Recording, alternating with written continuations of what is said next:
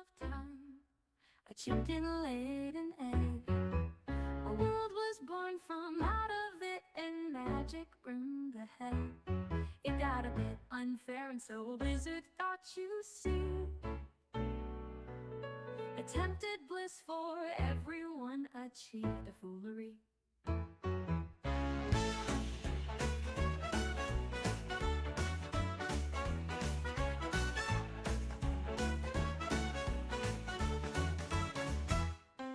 When corruption starts to spread, when democracy is dead, as oppression reaches pressure points, guess who goes ahead?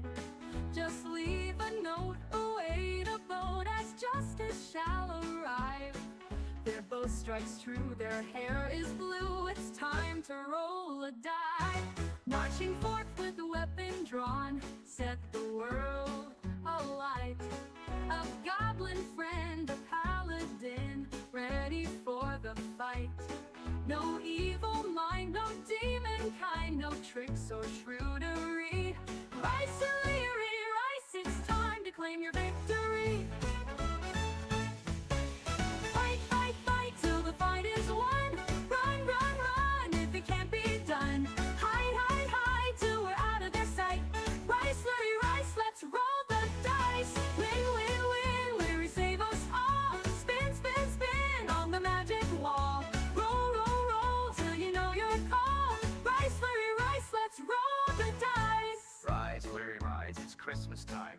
Help Santa Gary save his hide. When presents fall, collect them all. Just gotta spin the magic wall. Let it rise, the hero's light, across the cold, harsh winter night. With every present, loot is thine.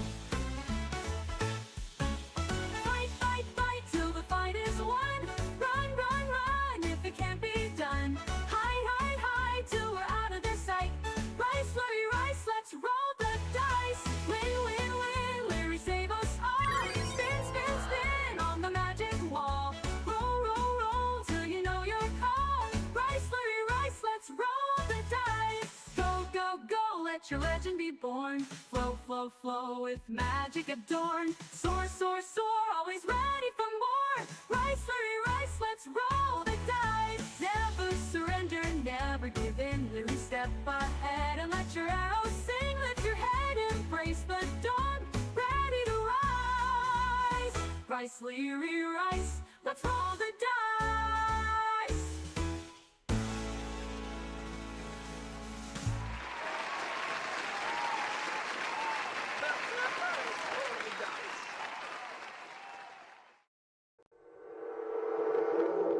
Coming up next on BBC Two, it's the BradWOTO stream. But first, it's time for What's under the orange flannel?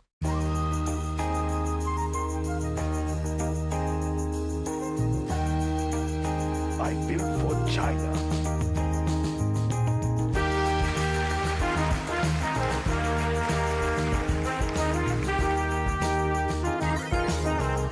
Modulating phase.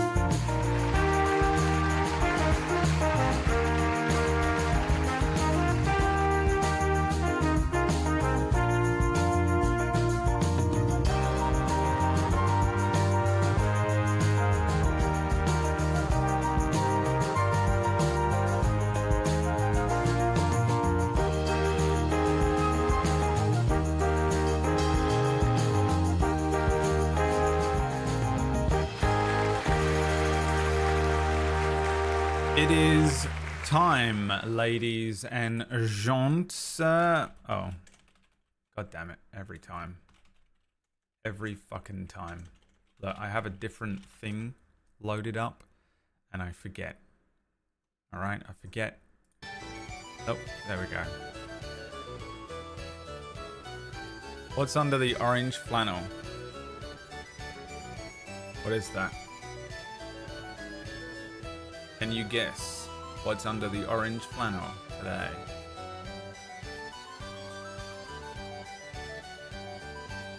A D20, a truffle, Ocaroon's golden ball, don't know what that is, a walnut, bird. A chestnut. A pickle. I know, PB I haven't played in a little while either. Or is it Mr. Kip Kip?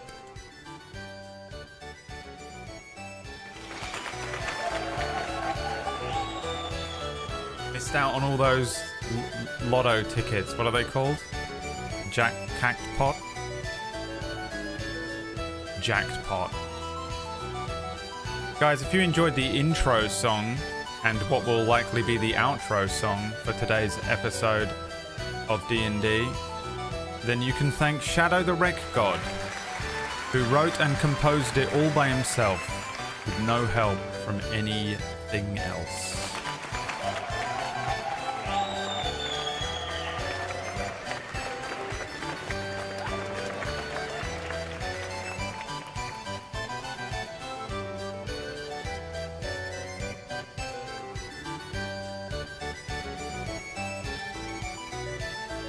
What's under the orange flannel?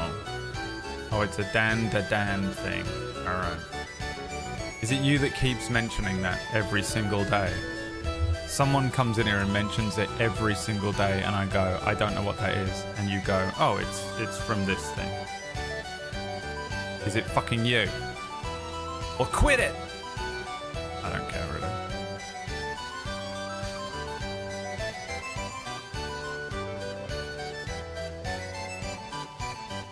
You think that underneath the orange flannel is Mr. Kip Kip.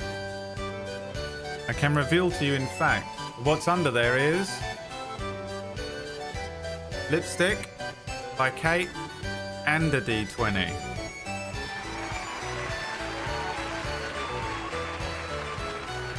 I found the filter. The filter. You know? Shut up! I found the filter from that, you know, the meme guy? The chestnuts roasting on an open fire. And I had to use it. It had to be done. It had to be done. Guys, there are going to be 2 disturbances to your programming this week, and both of them are brought to you by my sister. I told my sister I would pop by and see her today at the late time of 8 p.m. And then she said, oh, I thought you were coming round earlier. And I said, why? I said 8 p.m. I said it will be after 7 p.m. She said, well, I told the children that you were coming round and now they're really excited. And now I have to let down a bunch of children? Or go there earlier. The old catch-22. So now I've got to go to my sister's earlier than I had planned before they go to bed. But I also have to eat in that time somehow. And any other fucking human in the world could just fucking go get some food on the way. Just pick something up, num num num num num. But I can't fucking do that. Everything fucks me up. So I have to end the fucking stream, cook myself some dinner, eat the whole thing, then go there, and then come home and have nothing to do this evening. Yes! Instead of the plan that I had for today, which was literally to do an extra long episode of this, it's now going to be shorter, normal. Short, normal-ish. Cool. All good.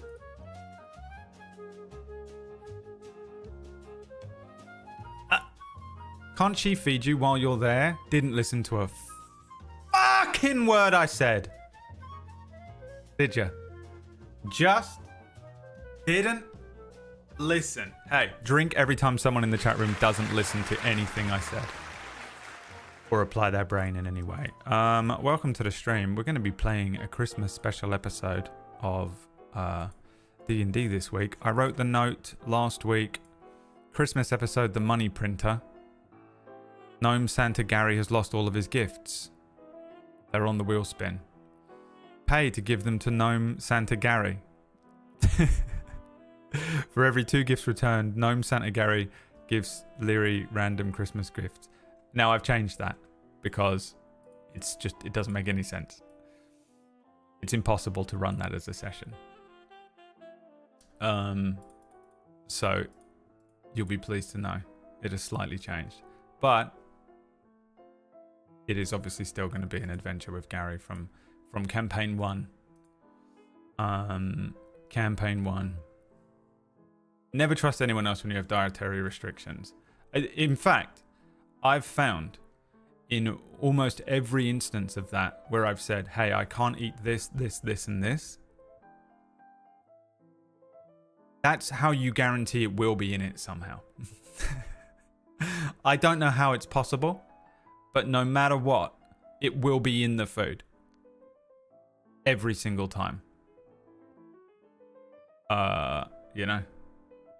And also, it's just a really annoying allergy. So no one knows. No one cares. No one knows. I don't care about your allergy.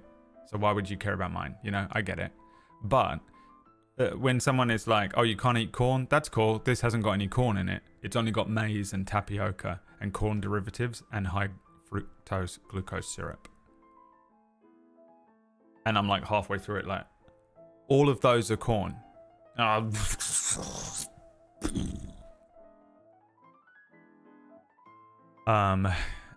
You know. And also it's just the worst allergy. I literally found a Reddit and that was titled, I'm sure you can find it, block caps, welcome to the worst allergy of all time. And I fully agree. I'd literally rather have one that killed me. At least with the ones that kill you, it's, you know when it's going to be in the food. And there are quite often a lot of different alternative options, right? The ones that just fuck you up, they don't even embolden on the packet because they don't kill you. They just make you feel bad and they don't care about that. And they apparently can just rename stuff. It just says glucose syrup on food now. Because people were like freaking out about it saying high fructose glucose syrup or high fructose corn syrup. So they changed the wording of high fructose corn syrup to glucose syrup. But the other problem is that glucose syrup is also made from other things sometimes. So it doesn't always have corn in it. But either way, they're both called glucose syrup in the UK.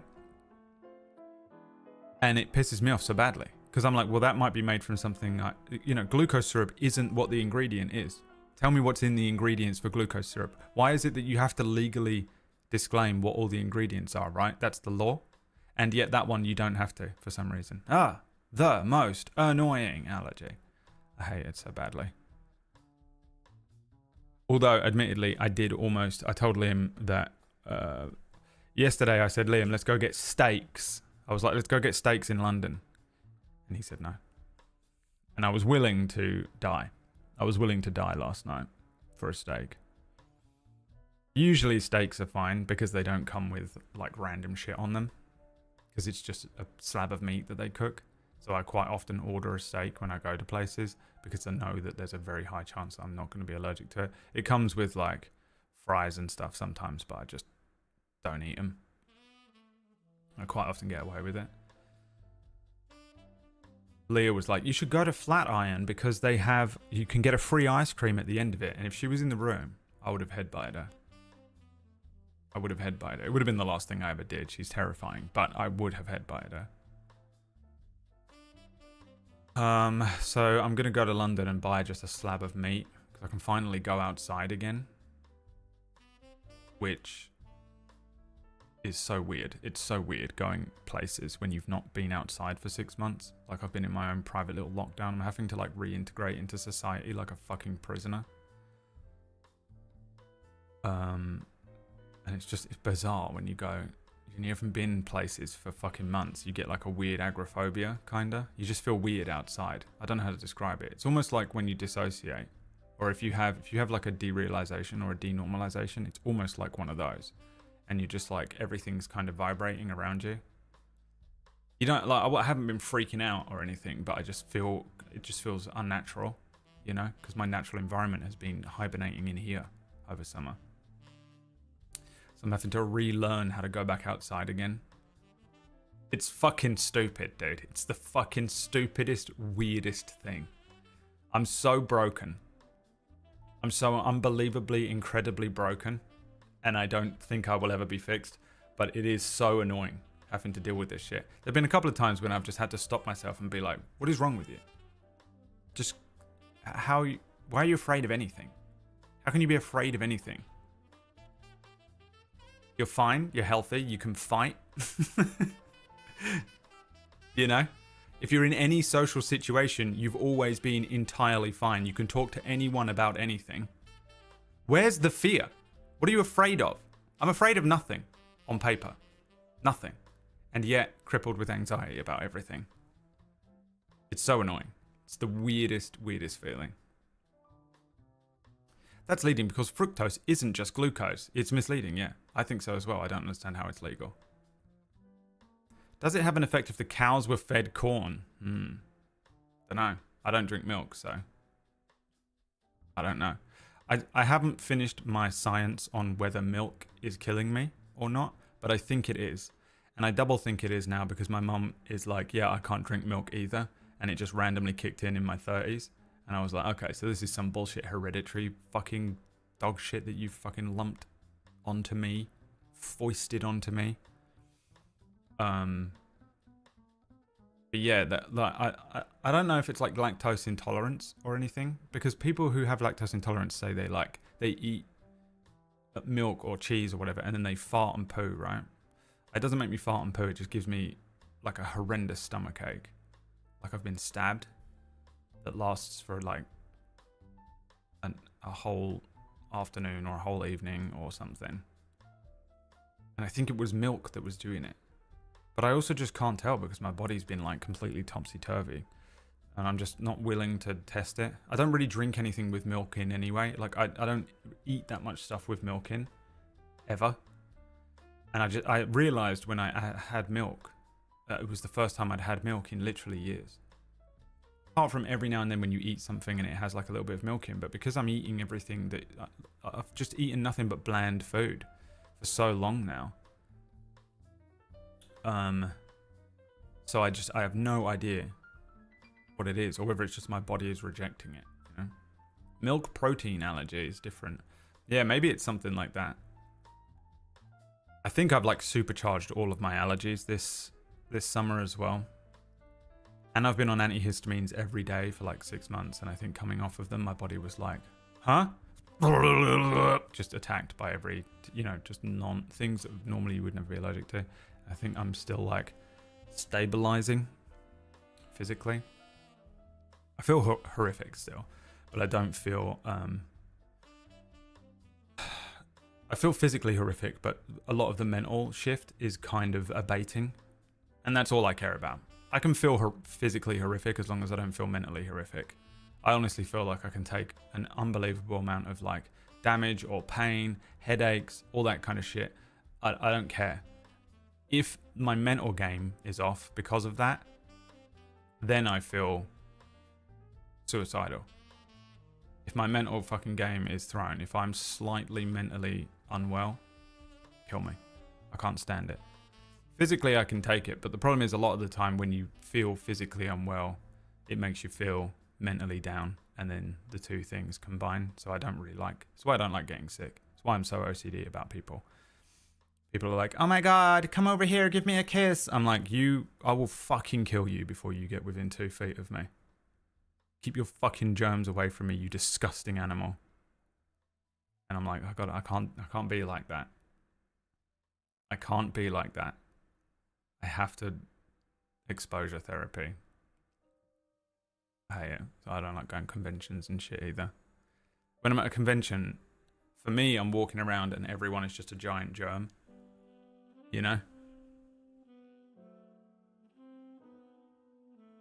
Stay the fuck away from me. It's me when I meet everyone. It's not really. I just, in the back of my head, I'm thinking everyone is covered in germs all the time. Whenever I touch something, I'm like, my hand is covered in germs. It's like classic OCD I've developed. The most classic OCD ever. With COVID-2 coming, I swear to God, people mentioning all these fucking things constantly as well drive me even more insane. Oh, but also you're going to get sick right now. You're sick right now. Just everyone all the time. I haven't even had COVID-1. You watch the news and all that shit, all they're talking about is how everyone is all sick all the time. But shut the fuck up. I'm already fucking scared enough about going outside. Stop telling me there's a new COVID. Stop telling me there's a new fucking disease, a new flu, a new this. I know you're just trying to fucking shit me up because it makes headlines. I know none of it's real. At this point, I don't even think COVID-1 was real because I'm a Republican now. Everyone just fucking shut the fuck up. Stop fucking making it so scary to go outside. I'm like barely making it out of my fucking apartment, you know, and someone immediately is just like, oh, you know, everyone's dying of COVID too now. And I'm like, all right, fuck it. I'm never leaving then. I'm never leaving. I'm never leaving. I'm never leaving. But actually, you're all full of shit. But my fucking subconscious doesn't know that. God, you people piss me off. The streamer commune. The problem with the streamer commune is I'll be running it like the Walking Dead. One of those Walking Dead places. Where I'll be at the fucking front gate with an AK. Because once you're in, you're never leaving. It'll be like a prison. You're not going out there and getting infected and coming back. Kyoki's going to be fucking in a cage, in a basement.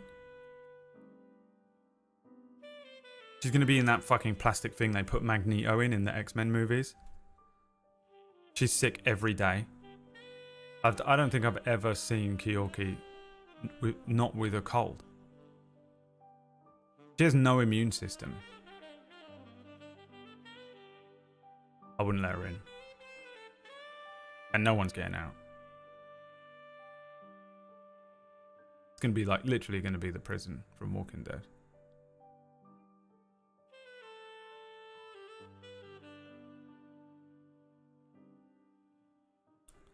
Stress obliterates it. Anyway.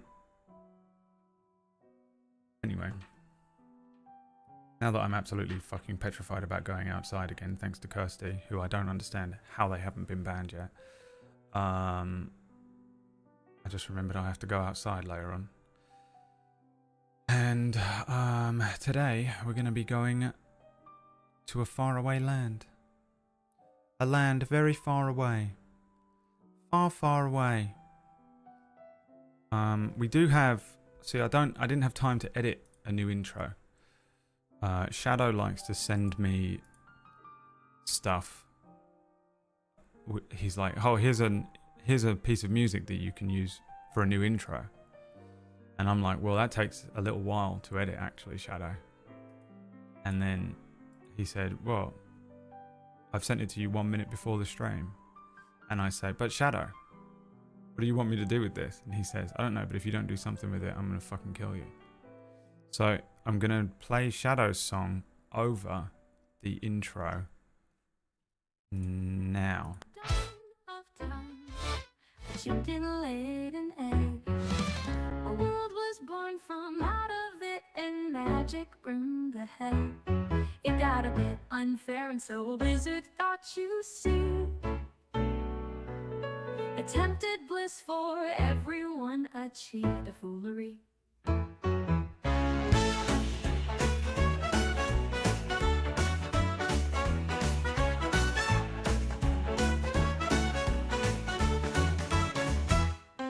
When corruption starts to spread, when democracy is dead, as oppression reaches pressure points, guess who goes ahead? Just leave a note, await a boat, as justice shall arrive. Their bow strikes true, their hair is blue, it's time to roll a die. Marching forth with a weapon drawn, set the world alight. A goblin friend, a paladin, ready for the fight. No evil mind, no demon kind, no tricks or shrewdery. Rice, rice, it's time to claim your victory.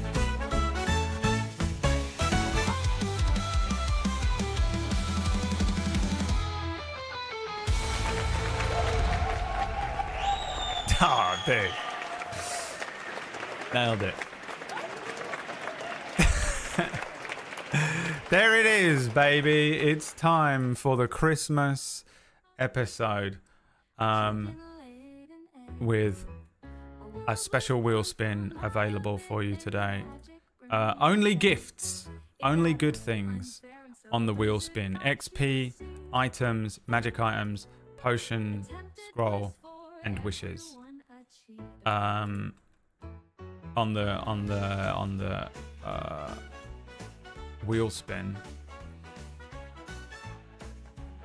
Last session, when heading, thank you Shadow, thank you Lily Schmid as well, and Nayana and Bew. In the last session, Lyri encountered Lancelot, and Lancelot joined the party. Lyri, Lancelot, and Snopflap then went off to head towards the Crossroads Tavern, where they encountered a gnome in a hat that doesn't look too dissimilar to the one that I'm wearing. Red on top with fluffy white bits and a bauble on it. A little pink gnome with pink eyes and blonde hair, with 8 arms. Claimed to be Gnome Santa Gary. And Gnome Santa Gary said that he had lost all of his gifts and needed help recovering them. Employing Lyri and Lancelot, he opened a portal to another world, and away they went. To the Winter Plain.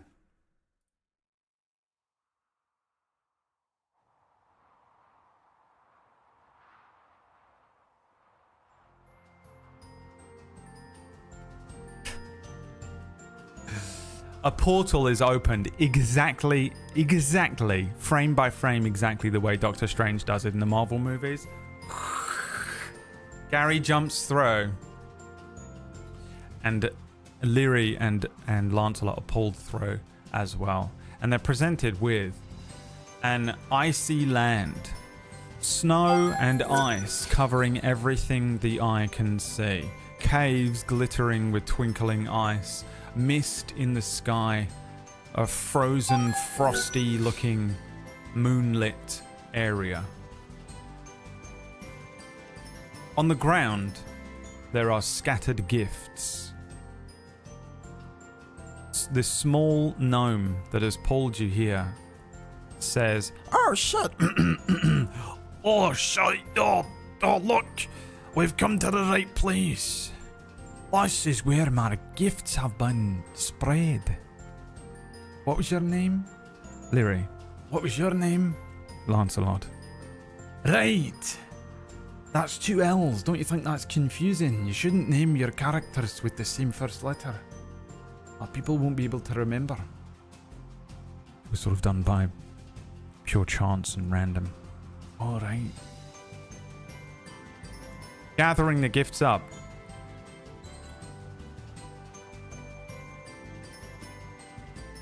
You have unlocked several wheel spins already.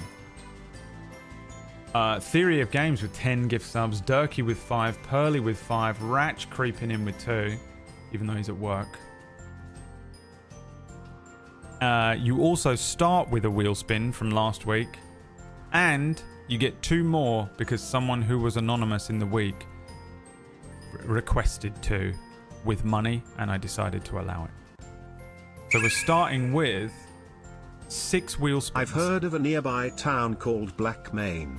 I sure wish someone would describe what it's like to walk into the place. You are never, ever going to find out what it's like to walk into Blackmain. It's just an impossible piece of information that cannot be found. It cannot be found. Good luck trying to find that information somewhere. You son of a bitch. Let's spin the wheel. You get a wheel spin whenever Santa Gary recovers a gift in-game as well. So the further you progress during this very strict 2-hour time limit, the more stuff you get. So let's spin the wheel 6 times to start ourselves off and see what you get. XP gift. You know how this works, chat? Roll me a d20 and we add a 0 on the end. You heard me. And that's how much XP you get. Currently, Illyri has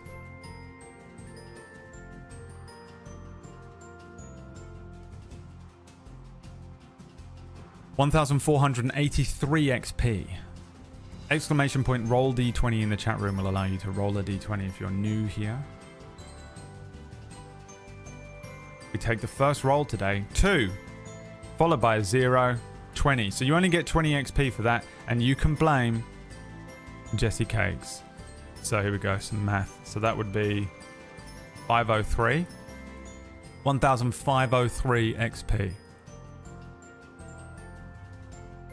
Here we go. Second spin of 6.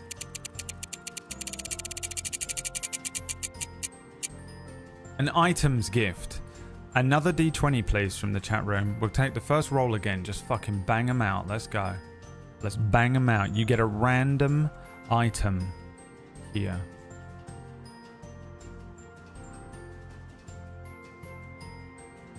A 3. You find some jingle bells. A handful of small bells that jingle cheerfully when shaken or attached to clothing. Is there somewhere I was putting items? Yeah, standard loot. Jingle bells. Which is a normal item, not a magic item. Next wheel spin. If you can get creative with those bells, you win. A potion. Okay. Roll me a d20.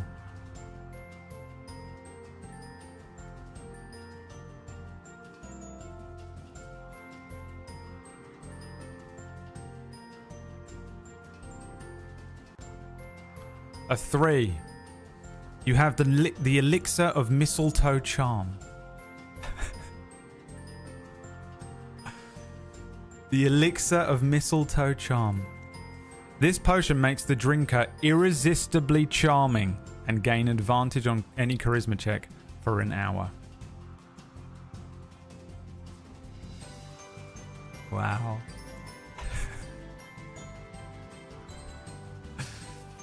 Nothing changes. Okay, what number was that? 2? Next wheel spin. Here we go.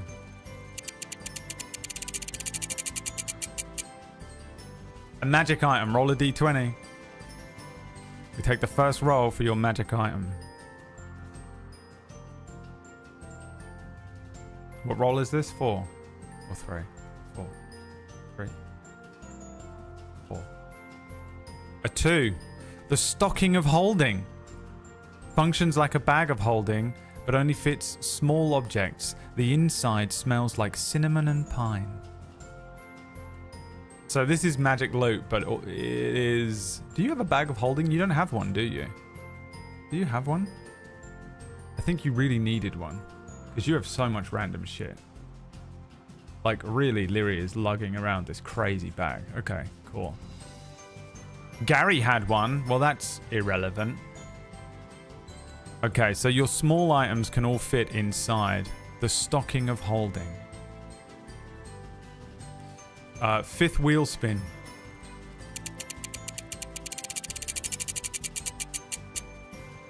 Another item. Roll me a d20. Normal item here.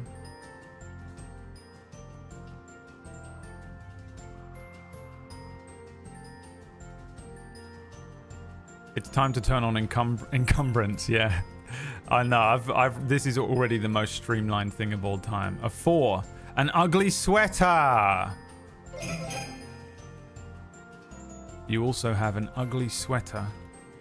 A brightly colored woolen sweater adorned with garish holiday designs, but provides warmth. I think this immediately appears on Illyri. Illyri kind of lands in the snow and it's on you for the entire episode and you cannot take it off. An ugly sweater appears. Does Lyri have one on in the artwork provided? No. Do better next time, please. Shadow, thank you. The shadow provided artwork does not contain. Does it have a reindeer? Yeah, like the worst, the most ugly reindeer you've ever seen. Last wheel spin. Hi, Debiru. Another item, let's go. Another non-magical item. Debiru, thank you so much for the resub. Anonymous, thank you for the 25 bucks. I appreciate you. Yeah, I wish there was somewhere we could figure out like a good way to describe Blackmane, but I just don't think there is. Number 1, Cyber Bob. Candy cane. A sweet peppermint flavored cane, which can be used as an improvised weapon for 1d4 bludgeoning. So, jingle bells, ugly sweater, stocking of holding, candy cane. Incredible work. Incredible work, everyone. Is that it? That's it, isn't it? We begin. We begin.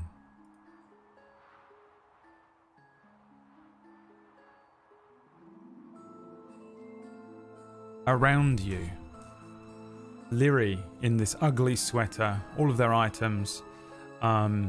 Gary, Gnome Santa Gary, picks up some of the gifts, throwing them into a sack of holding. Every now and then he picks up one and says, "Oh, last one's for you," and throws it at Lyri. Lyri catches it and looks at it, unwrapping it. It's a stocking of holding, it's a candy cane, it's, you know, all these things. As Lyri starts putting all these things away, Lancelot kind of looks around at the landscape, an open plain of snow and ice. Gary collects the rest of the items and says, "Right, now I have a problem with my eyes. I can only see in 2D, so I can't see things that are far away. Well, I can see them, but it looks strange to me. Where should we go?" Make me a perception check. Chat. Let's see if you can figure out where to go. +4 to your perception. You're currently wearing the cloak.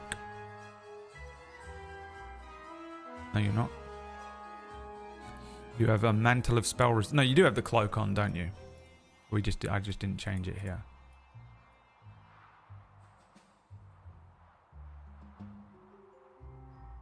Cloak of the Hunter, which gives you expertise on stealth and perception.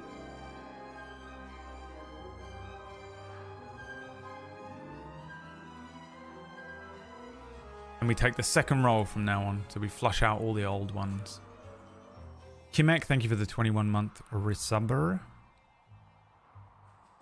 Mein Freund.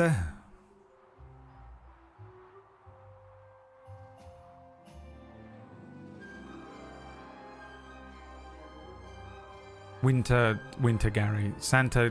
Gnome Santa Gary is trudging around in the snow, leaving little footprints. "Oh, I'm ruined, I tell you. I'm ruined if I can't find the gifts.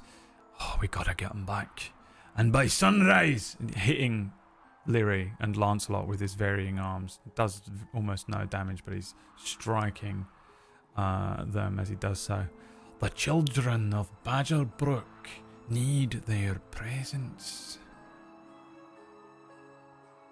A 13 +4 makes that a 42, which is a success. You can see in the distance part of one of these mountainscapes, a little ways away, not too far, but you know, a relative walk, is a glittering kind of cave that has these strange ice formations that sit and curl around the entranceway. Sitting in front of that cave are the only motes of color that you can recognize. Little red, green, white packages, suggesting maybe there are some Christmas presents over by the cave. I'm going to ask this question and I'm going to regret it, but what does Leary do? Now, obviously, go to cave is one, which is west of here, obviously. Piss self is obviously the next option, but if you want any other suggestions, put them in the chat room here at the beginning of your quest. The quest has been updated. It's not on the screen right now, but it will be. Help Santa Gary recover the Christmas gifts.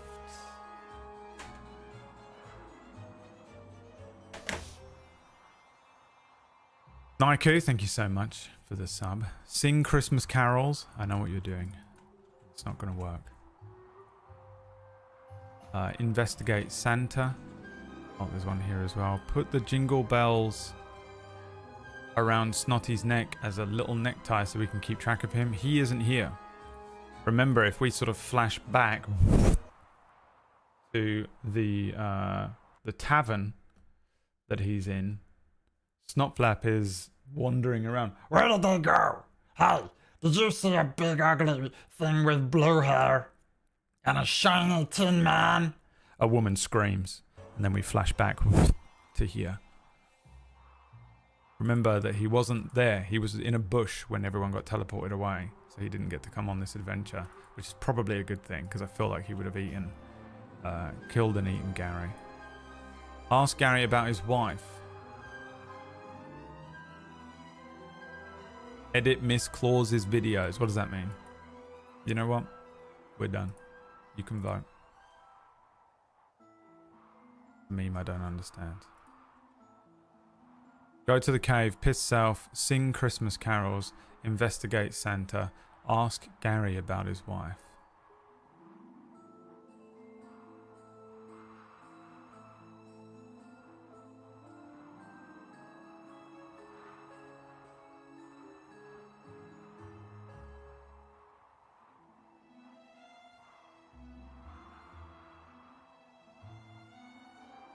Gary stomping around. Oh, I tell you, if I don't get those presents back by sunrise, which is in 2 hours. 2 hours not game time. 2 hours in the real world. 1 hour and 50 minutes.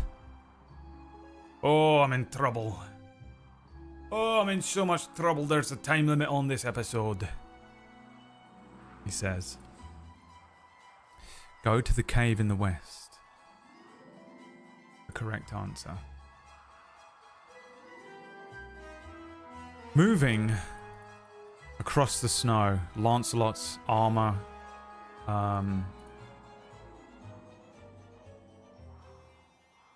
Lancelot's armor gleaming in the off of the white snow. The brightness of this strange winter plain. Leary trudging through the snow, the chill affecting Leary's feet through the boots without the amulet of frost on. Suddenly cold feels extra cold. And meanwhile, Gary, a gnome very small, moves ahead of the two of them. Oh, we're in trouble, we're in trouble. Oh, we're in trouble, so much trouble. Stumbling towards the cave, Gary says, I should have brought some snowshoes, you know. My friend Seg said that snowshoes are great for the snow.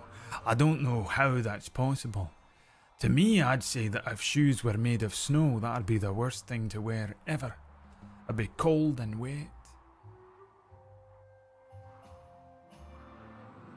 Between the entrance to the cave and the snowy plain, there are patches of snow that look a little different from some of the other patches. I'm going to need an investigation check from you in the chat room. Exclamation point, roll d20 in the chat. And you have -1 to investigation.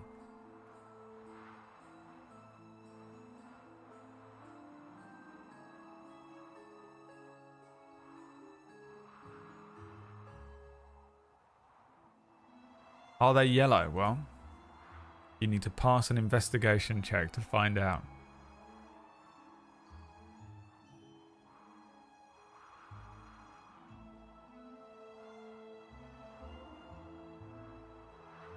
Exclamation point, roll d20 in the chat room. We'll roll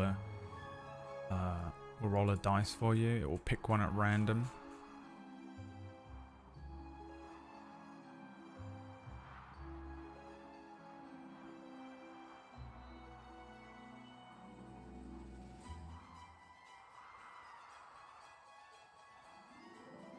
No one in here today? Maybe we should just be picking the first one.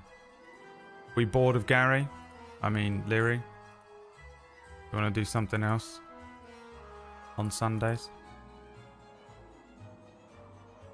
A 17 from Max.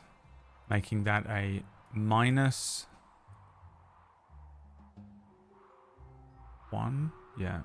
Making that a 16. There are patches of snow here that are not yellow, but are clearly precariously placed over varying little holes. Leary kind of reaches forward and taps the top of one, and it falls in. There are little pits that seem to have been dug out. There are, at the bottom of these pits, very crudely made little spikes. Gary kind of pokes his head over the side and says, "Oh, shit! If we'd have fallen in there, that would have been certain death." Leary looks over the edge and thinks to themselves, probably not certain death, but it most certainly would have hurt. Eventually, you come to an icy cavern. A sprawling cave network with glittering ice formations spreads out in front of you. There are a couple of gifts at the entranceway. Gary picks them up, throws them into the sack, picks up another one and says, "Hey, this one's for you," and throws it at Leary. Let's see what you get. Items, more items. Roll me a d20.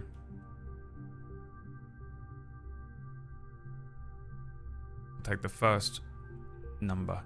An 18. A holiday candle. A wax candle with a faint cinnamon scent provides light when lit.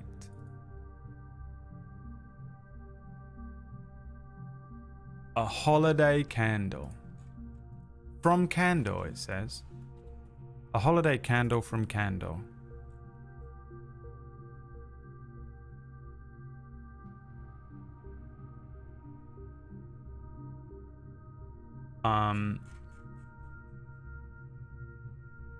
This cave opens up ahead of you, and you can see that it goes deep into this mountain. However, there is a very slippery looking ice bridge ahead of you. It spans a pretty deep crevasse, and I'm going to need an acrobatics check from you in the chat room, please. You have a +3 to your acrobatics.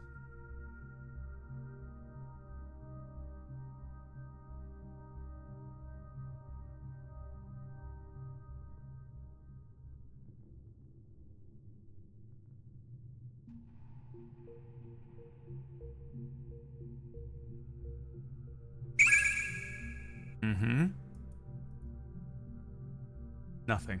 Said nothing, gave me some money.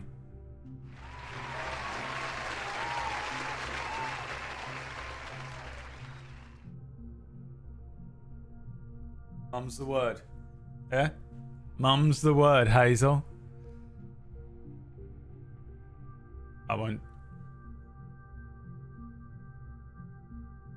I won't say a fucking thing, Hazel. No one needs to know, yeah? She pays me for protection.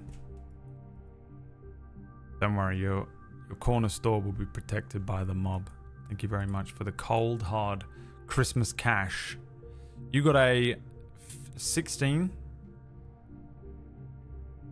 What was it? Plus 3, 19? Easy. Leary kind of wobbles across this slippery ice bridge pretty easily, balancing a little bit, but really has absolutely no trouble with it whatsoever. Let's roll for Gary. Gary slips. Why doesn't this song work? Gary, hold on.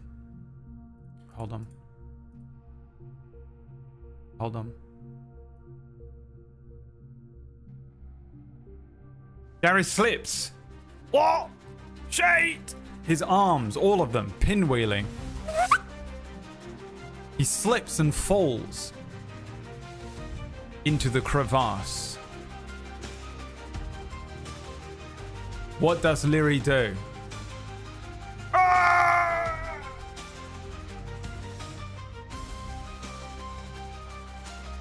He has spider climb. He's got nothing to grab onto. Also, I don't remember anything that he has. He has nothing.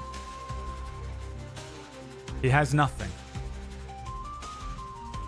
Run to catch Gary.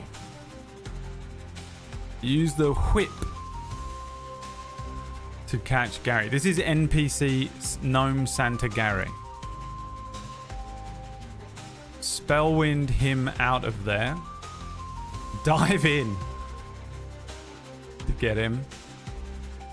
Oh, it was Wind Wall. Cast Wind Wall. Stand arms crossed, watching him, saying rip, bozo. Use candy cane to grip edge. Pull the reindeer.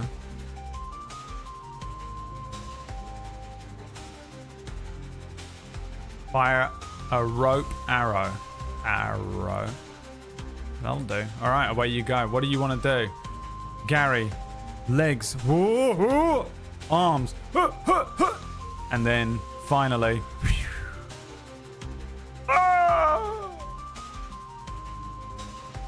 falling into a deep icy crevasse.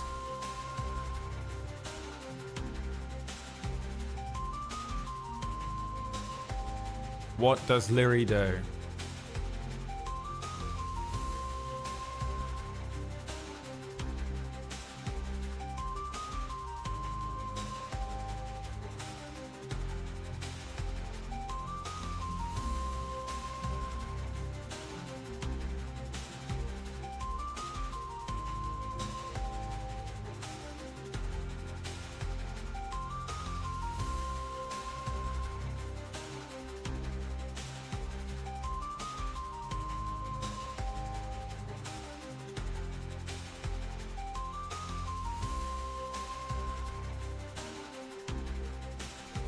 Can anyone break this tie between use the whip or the wind wall?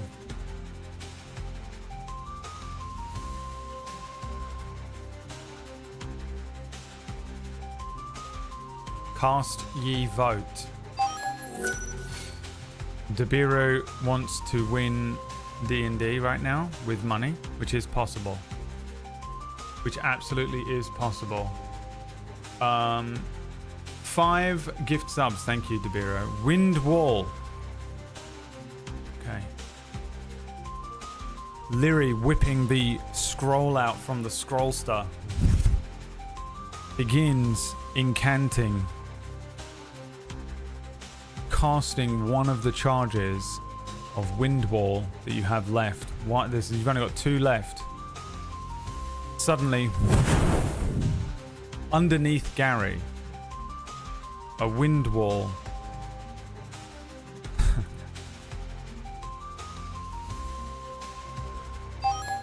This just fucking hurts him.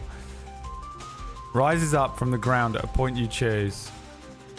It can be 15 feet high. So this actually just appears at the bottom of the crevasse. Underneath Gary. And Gary will continue to fall into the crevasse. Ah! A wind wall appears underneath him, all the way at the bottom, which is 60 feet down. And it will catch him. Ah! Caught in the wind wall. Gary is now in a wind wall, which doesn't hurt him. But he is 45 feet down. What does Leary do? Gary is in the wind wall, 45 feet down inside the crevasse. What does Leary do? You create an airbag, jump in,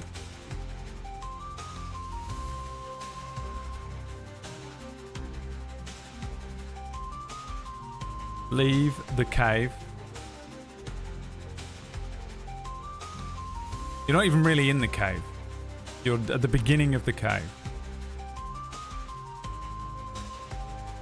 Ask Gary to jump in his bag of holding and toss himself up. Drink potion of levitation. Use a sweater as a parachute and jump in.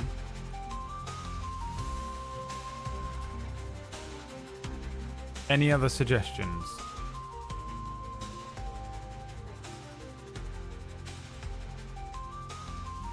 Tell Lancelot to help. Win D&D option. You play it by yourself, DM. Why are we here? You should be playing the game by yourself. Turn the stream off and go play some solitaire. Secure a rope to something and throw it down. Obviously the option to win D&D will be in there as well. Why not? Jump in, leave the cave, ask Gary to jump in his bag of holding and toss himself up, drink the potion of levitation, use sweater as parachute and jump in, tell Lance to help. Secure a rope to something and throw it down. And win D&D is the other option. You can always vote for. Do we have pitons? What D&D adventurer doesn't have pitons? Let's have a look. I don't think you do, actually. Nope. Oh, you have an explorer's pack. That's got to have them in, right?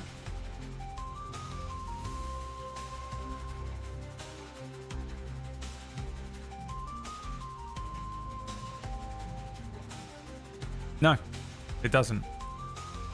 You don't have pitons. Incredible. Never said before in a D&D campaign. Secure a rope to something and throw it down. Okay. Give me a survival check. You have +2 to your survival roll. Exclamation point, roll d20 to roll the dice, and we'll add +2 to it to see if you can safely secure something. A rope to something. One of the stalagmites nearby. Bradimus Prime, thank you for the 42 months. Shadow, thank you for the 2 gift subs. You've got another wheel spin. Gary at the bottom of the thing says, "Oh, there's a gift down here." Rolls over in the wind wall. Reaches out, snatching a gift. A 19. +2, 21. Securing the rope very comfortably and throwing it down. Gary says, "I've not got the strength to lift myself up." All of his arms gripping on to the rope. He says, "You will have to pull me up." Leary and Lancelot look at each other and Leary shrugs. Lancelot says, "I shall help." And the two of them start pulling the rope up. Give me an athletics check with advantage, please. You have a +3 to this, so we'll just take you because we'll take both rolls, whatever rolls come through. We'll take the higher of the two rolls. The first roll is a 6. Can you beat a 6 on the second roll? Can you beat a 6 on the second roll from Insta Rage trying to kill Gary? That's son of a... Can you beat a 6? Hefting Gary up. Lancelot and Leary lifting the little gnome. A 2, you cannot beat a 6. So you get a 6, which is a 9. How heavy was Gary? Can you remember how heavy Gary was? I'm going to roll a d20. -5. And that's the DC you have to beat. You had to beat a 5.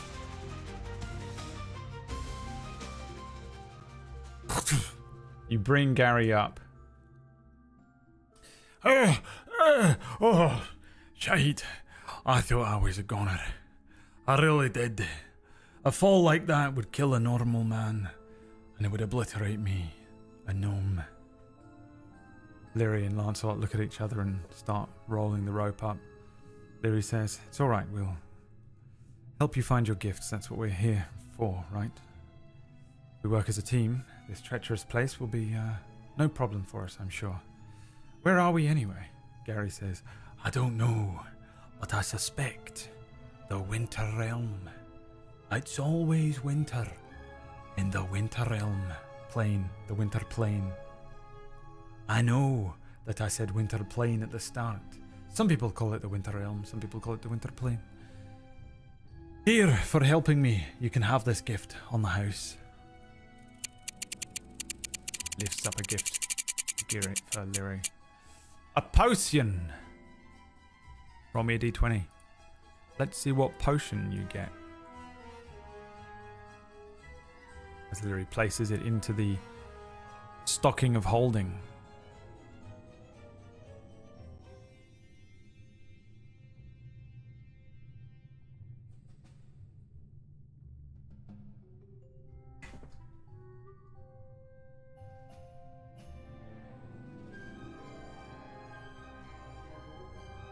A 15. A potion of gift-wrapped illusion. Drinking this potion allows the drinker to cast Disguise Self for 1 hour.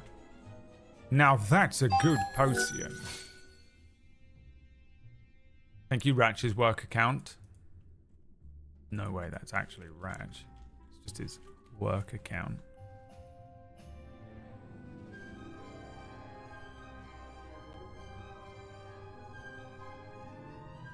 A potion of gift-wrapped illusion.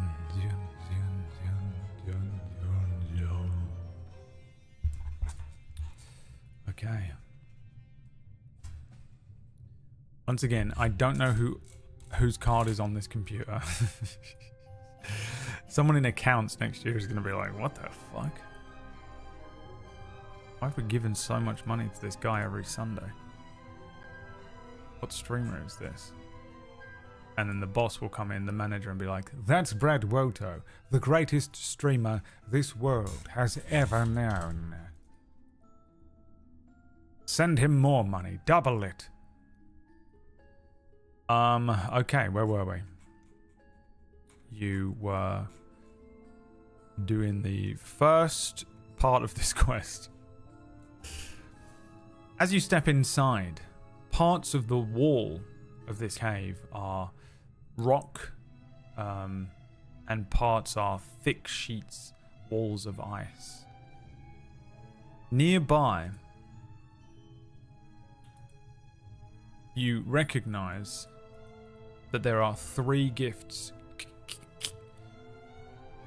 frozen inside part of this wall. across the top of this part of the wall,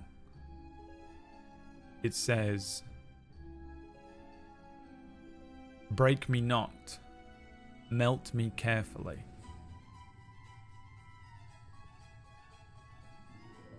What does Lyri do?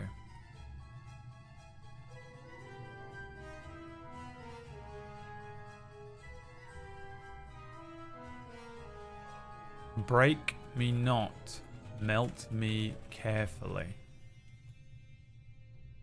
Let's take a look at your arsenal of things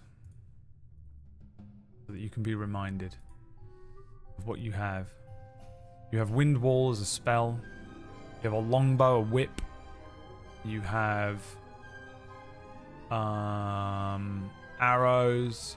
You have Big Flap's Great Club. You have a tinderbox, 10 torches, some rations, a hip flask, an amulet of undaunting, an amulet of warmth, a frost heart orb, a gnomish yo-yo, pocket jerky, bone dagger, the rod of resurrection, an unknown beast fang, a pipe made from dragon bone, the novel non-canon, seashell amulet, companion compendium, a bag of dirt, a padlock, jingle bells, ugly sweater, stocking of holding, candy cane, holiday candle. You have a curse of derealization. You have potions which will neutralize poison, give you strength, give you water breathing, give you a mermaid's tail, let you hover, make you irresistible, and allow you to disguise self. So, what would you like Lyri to do here? Break it. Make a small bonfire. Frag out.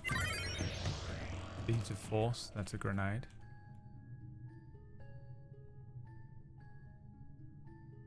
Rub hands together so fast that you accidentally cast the spell Burning Hands. Hold the amulet of warmth close to the gifts. Light the holiday candle and use that. Use 10 torches and a tinderbox. Melt it with fire. Ask Lance to hug the wall. He is hot. Try to get a torch lit by survival techniques. Okay, there's your options. My Deloney, thank you for the 70-month resubscription. That's going towards a wheel spin today. Nothing but good things on the wheel spin today. No encounters, no curses, no natural ones. Nothing but goodness and XP. What does Lyri do? Break me not, melt me carefully.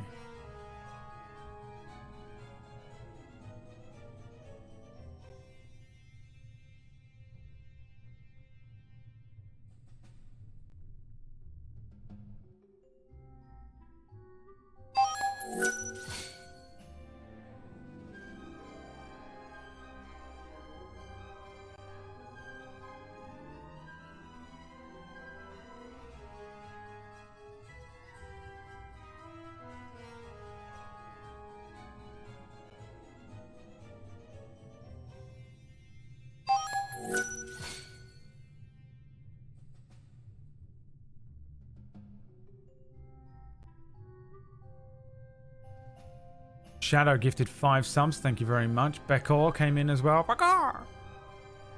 You're going to light the holiday candle and use it. Very well. Very well. So be it. The holiday candle. A wax candle with a faint cinnamon scent provides light when lit. Sitting there with the tinderbox, the flint or whatever the tinderbox is. The candle becomes lit. It's a big, ridiculous holiday candle, the type of thing that would sit at the middle of a Christmas dinner table or something. There he places it next to the wall, and then the group begin to wait, pacing up and down, watching this ice wall slowly begin to melt under the heat of this candle. The candle wax shrinking, dripping down onto the ground. A faint scent of cinnamon. Gary says, Oh, that's delicious. Can I have a bite of that candle? Leary says, it only smells like cinnamon. It won't taste like it. How do you know that? That might taste delicious. And I'm fucking hungry. I've been up all night wrapping gifts that I've lost. All of a sudden. Yeah, well, because it's a candle, it's going to taste like wax. Well, maybe I like the taste of wax. Well, we need it to melt the wall so you can get the gifts. So, I would perhaps at least wait until we have the gifts to eat the candle. Alright. Voice of reason, you are. Waiting, it takes a good long while, but the wall thaws out slowly. Eventually, one of the gifts falls out. A little while later, a second gift. Eventually, the third gift. The candle almost completely gone at this point. Nothing more than just wet wax at the bottom of a wick and a small flame. Gary looks up to Leary. Leary gives him a curt nod and he licks up and eats the candle wax. A few seconds later goes, That tastes disgusting. You lied. I didn't lie, I said it would taste like candle wax. I love candle wax. That doesn't taste like candle wax at all. What does it taste like? I don't know, but I don't like it. Right. Well, at least we got the gifts. Aye, we did. We got the gifts. Grabs them, throws them into the sack of holding. Santa's sack of holding. Which Santa must actually have in real life, by the way. You know, when you think about it. It's what Santa actually has. And we move on. Do you get another spin? Oh, you do. He says, Oh, look. This one here's for you. From a witch. let's see what you get. Another item. Roll me D20, chat. If you can replenish the candle on an 18. Take the first roll. Whatever it is. Whatever it will be. What could it be? A 3. Some more jingle bells. I'll let you re-roll. Keep going. We won't do duplicates. We'll keep going. Keep going. We'll take the second roll. We'll do no duplicates unless it's one that's been consumed, so you can get another candle from candle. A 2. A woolen stocking. A cozy knitted stocking, perfect for storing small trinkets or hanging above a fireplace. It looks exactly like the stocking of holding. It's confusing as shit. They look exactly the same, but one of them's just a normal stocking, and the other one is the stocking of holding.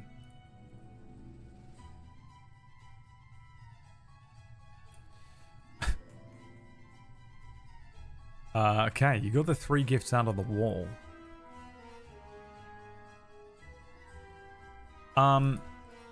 Gary says, Alright, let's get going. Let's go further in. It seems like we're on the trail. do you think something stole all the gifts and has been dropping them as it's run away? Or do you think they were fired out of the vortex that they got pulled into and they kind of just went this way endlessly until we find them? Leary shrugs. Lancelot shrugs. I don't know either. And Gary leads the way further into the caverns. There's a part of this cavern where some of the ice underfoot looks more like a frozen lake than the classic sort of frozen looking stone footway. The ceiling in this part of the cave is actually broken apart, and parts of the ceiling are simply open to the night sky. Gary kind of looks around in this cavern, looks at the ground and says, I suppose we could try and edge our way around the frozen lake here, or we could carefully cross, Or we could run across. That might help. What do you think?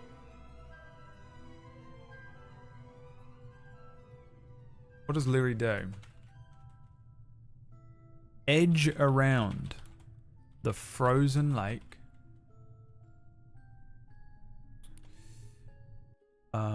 Steadily and carefully cross the frozen lake.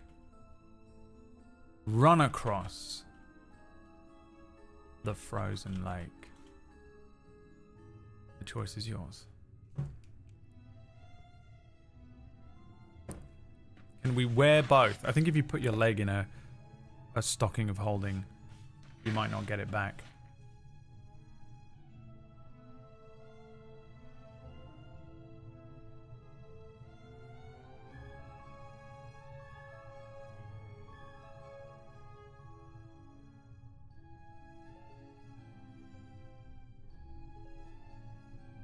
I think that's the end of the leg.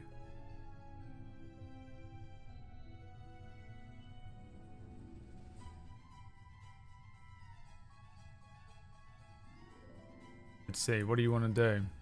Edge around the frozen lake. Steadily and carefully cross the frozen lake. Or run across the frozen lake. Steadily and carefully cross it. Okay. This is an acrobatics check, please. I believe you have a +3. Yes. A +3 to your acrobatics check. Guys, this is the Christmas special that was intended to be much longer, but in fact will only be 2 hours long. And if that pisses you off, you can write a letter of complaint to my sister who has young children who go to bed very early, and she promised that I would go and see them today. Even though I will see them on Christmas Day. A 10 +3, a 13. I did not write a DC down for this. Oh yes, I did. A 12. Fuck yeah, dude. Barely made it. You begin to creep across this lake, and from the ground, two tiny little wind, you know those tiny little tornadoes that are small, begin to form. Leary glances at them, Lancelot glances at them, Gary glances at them and says, "Oh, that's not good, is it?" Leary says, "Well, what is it?" Gary says, That's a tiny tornado. And that's another one. Lancelot says, I think it possibly could be something magical in nature. Leary looks at these things. Give me a nature check to see if you can determine what is happening in nature here. You have a -1 to your nature check.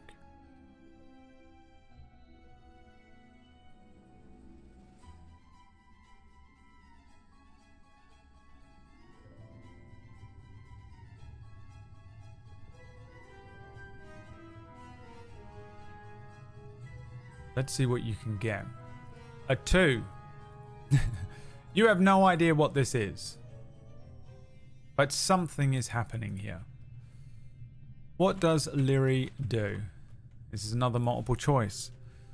Fire an arrow at the tornado.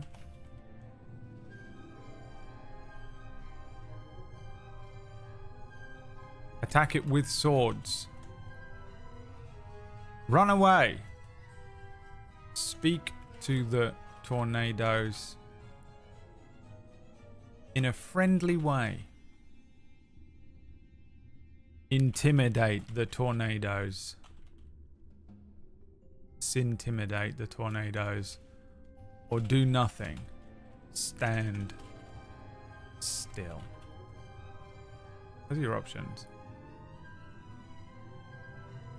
Fire an arrow, attack it with swords, run away, speak to the tornadoes in a friendly way, intimidate the tornadoes, or do nothing and stand still.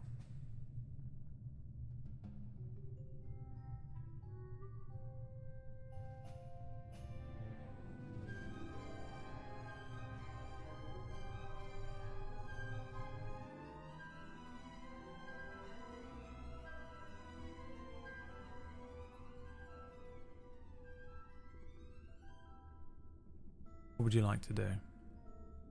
Vote by typing the number next to the thing you want to do in the chat room.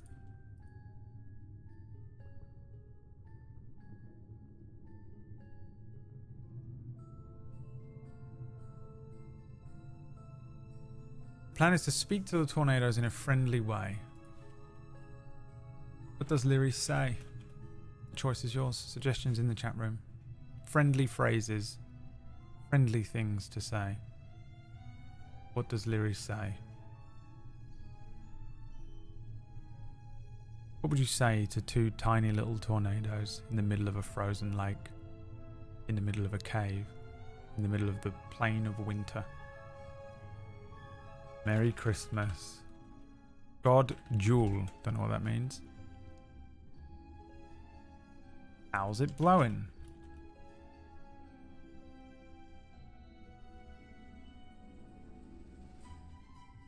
Is that it? That's it? Okay. Oh. By chance we meet and we became friends. Freeze. Wind in the air. My. Aren't you quite the spinners? What do a tornado, a hurricane, and a redneck divorce have in common? Come here often? Oh, and greet them in Tasmanian Devil was the other one. Too late. The choice is yours. What do you say? Merry Christmas, God Jewel, how's it blowing? By chance we met. By choice we became friends. Freeze. Wind in the air. My, aren't you quite the spinners? What do a tornado, a hurricane, and a redneck divorce have in common? Come here often? Are the options.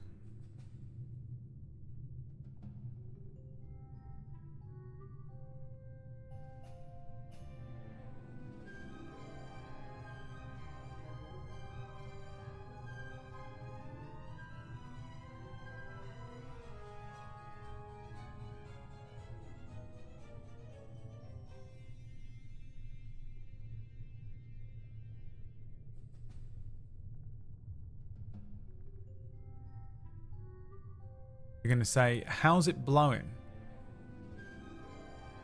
To these things. They begin to manifest. A long nose, two little beady eyes, little wings made of ice, little hands made of icicles, little legs, two impish-like creatures appear. One speaks, the other immediately mimics it. Ah, after 10,000 years I'm free. Ah, after 10,000 years I'm free. It says.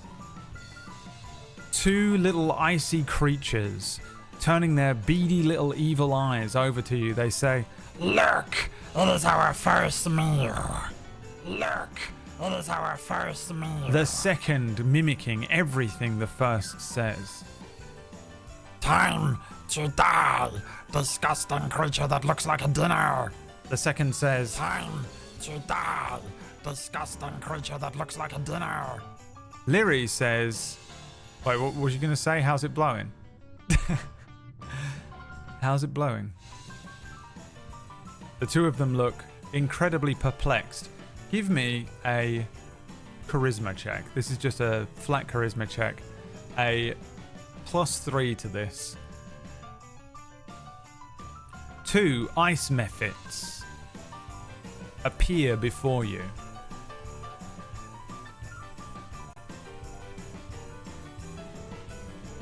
What happens if I click this button?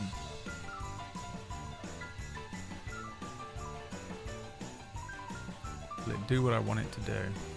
Yes, it does.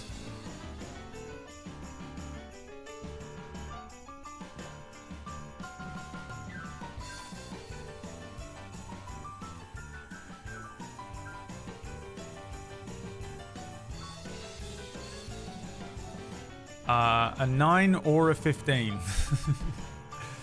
We'll take the 15.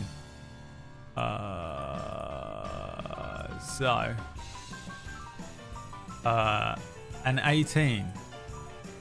The first ice mephit says, What? How's it blowing? Well, it's blowing pretty great, to be honest. We've been trapped for 10,000 years, and now here we are. What? the second How's it begins blowing? speaking as well. Well, it's blowing pretty great, to be honest. We've been trapped for 10,000 years, and now here we are. They seem to be less inclined to immediately attack and eat you. What does Leary do? The choice is yours. I wasn't sure if we were doing first or second roll. I don't think any of us are.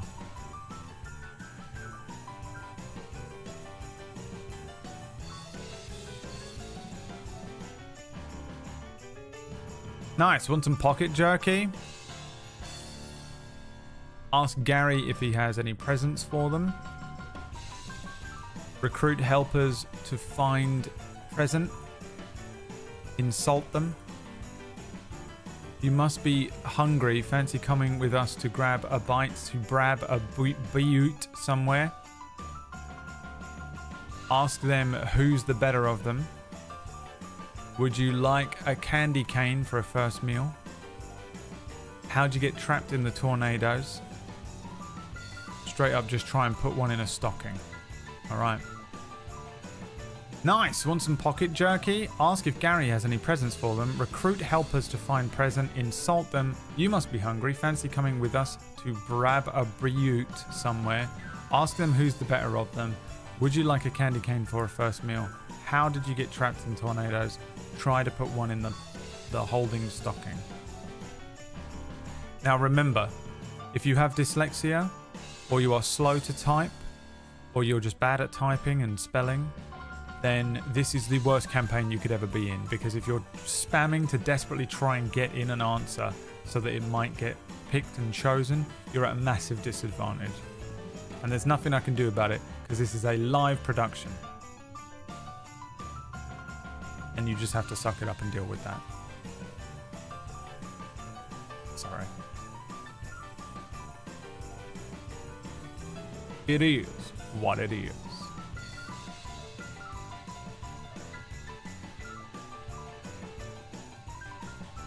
You have 1 hour and 5 minutes to complete the task, the campaign, the entire one shot.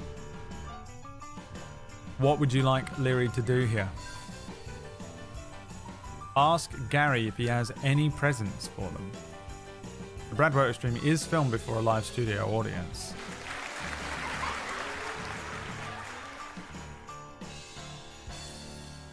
Ask Gary if he has any presents for them. Is the answer here. Perhaps, Gnome Santa Gary, you have presents for these two? Gary says, Oh, you know, I'll have a look. I'll have a look in my center's sack of holding. Let's see here. What's your names? Ice Mephit. Ice Mephit. Yous both have the same name. Yes. Yes. it didn't record that one, shut up.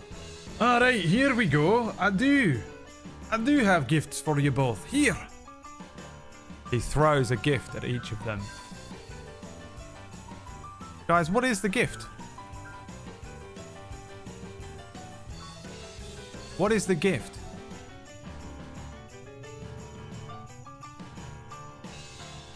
A bomb. Or little red noses. Those are your options. Which one is it? A bomb or little red noses? This is going to be hard fought, I think. This is all the shitty little 13-year-old boys versus all of the, oh, it's so cozy, I love winter, white girls. Who will win? This will determine what game we play for the next month as well.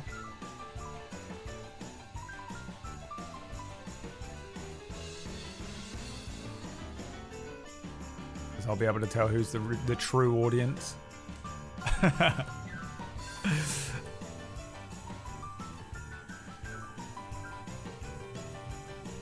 It's all decided here and now. Little Red Noses, we're playing Stardew. Playing Stardew Valley. They open up their gifts, tearing into them with their little icy claws. As they pull out a red nose, Gary points at his nose and they look back at them and pop them onto their nose. Leary says, well, you look absolutely wonderful. The little mephits say, oh, these are great. I always wanted one of these. Oh, these are great. I always wanted one of these. Hey, you guys ain't so bad. I guess we'll just let you carry on with your adventure. Hey, you guys ain't so bad. I guess we'll just let you carry on with your adventure. Go on and head on through the cave to the next part of the game. Go on and head on through the cave to the next part of the game. congratulations, you completed the mephit encounter.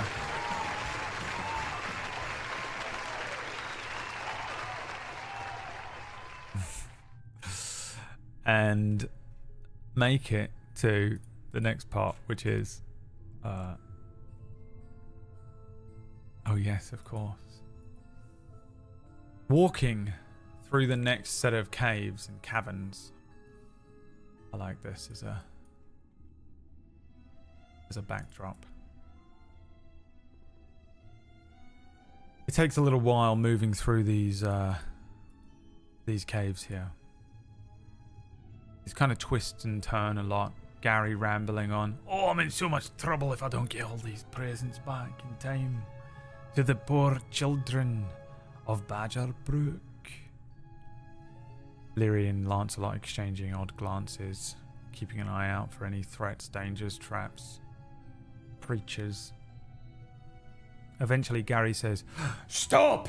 And keep your voices down! Look, ahead of us. Paper houses. Leary and Lancelot peer into the distance. There is an opening to the caverns that leads out into a snowy clearing. You can see ramshackle kind of camp tents covered in ice and snow. There are creatures jumping around, little goblins made of ice, each one using a gift wrapped, not knowing what to do with it. They're throwing them at each other. Oh shit, that hurts. Stop it. Hey, I told you to stop it, didn't I? Don't throw those things around. Throw snowballs like a real man. Ow. Hey, what'd I tell you? Stop throwing things around. Hey, I told you to stop throwing things around unless it's a snowball. We're ice goblins, goddammit. Grow a pair. Become an ice goblin. Throw a snowball. Don't throw whatever that shiny thing is. Ow. What did I tell you? Stop throwing things Constantly. This group of goblins throwing the gifts at each other. Gary says, Oh no, my precious presents. Oh, they're making snowballs out of them. The nerve. Let's get in there and slaughter them all. I say we get in there and we kill them all and then we'll fucking eat them. What do you say? what does Leary do? The choice is yours. Throw a snowball. Oh, the whole thing. Throw a snowball, which is the same as snowball fight. Intimidate. I love that intimidate is just always an option. Intimidate. Activating intimidate. Grab the gifts mid-throw. Wind wall.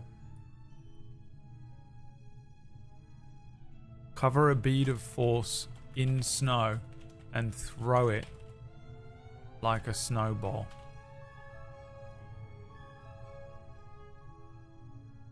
There's your options. Throw a snowball, intimidate, grab the gifts mid-throw, wind wall, cover a bead of force in snow and throw it like a snowball. Or spin the wheel. I'll say this much for you. While they're throwing the gifts around, one of the gifts goes off course, hitting the cave entrance and sliding towards Gary, who brings the sack of holding down the gift, sliding across the ice in the cave and straight into the sack. Oh, that's one at least. Oh, hey, look, that's for you.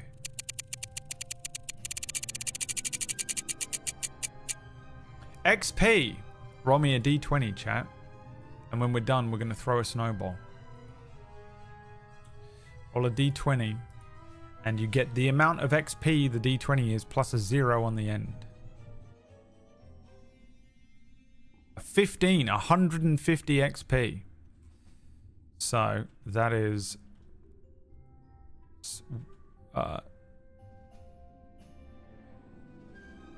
1,653 XP in total.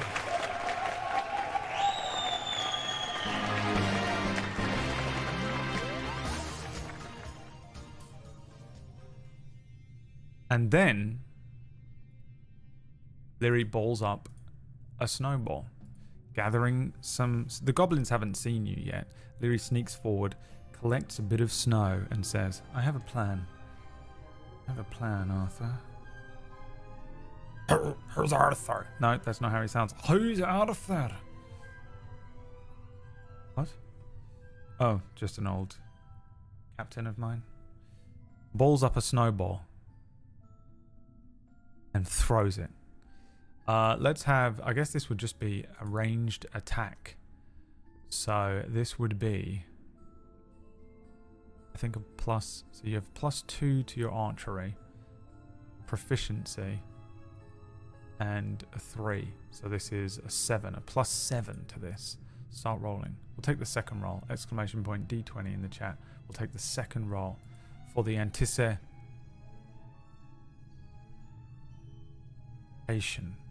of it all. It's not what I wanted to do at all. Not that 7.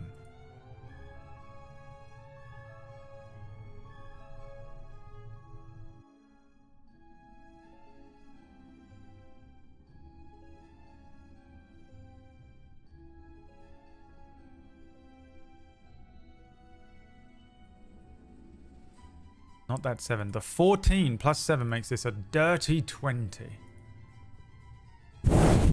This thing flies forward. The little ice goblin that is being pelted by presents by the other goblins says, Throw a snowball like a real... and is hit with the snowball. Who was it? Who had the balls? Who's got the biggest dick of you all to throw a snowball at me, Icy Bob? He looks around. The other 3 goblins shrugging at him. His eyes land on Leary, standing with arms Wonder Woman style. Leary says, "It's me. I've got the biggest dick." Would you like to make a performance or an intimidation check? And I'm not going to let you check what the...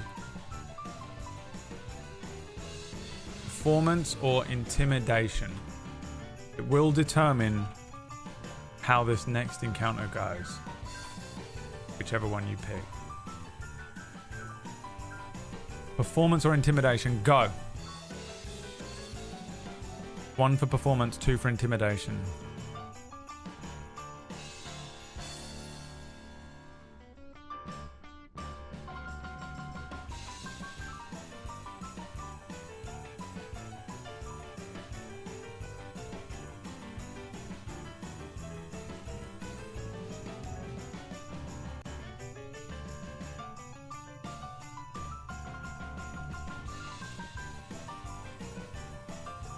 Performance check. It was a quick round. No time to check your stats.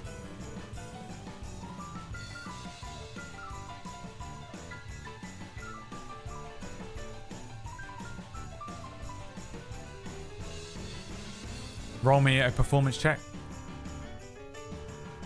You have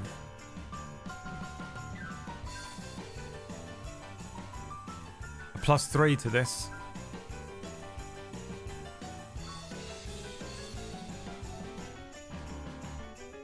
I don't know why they live in such enormous tents.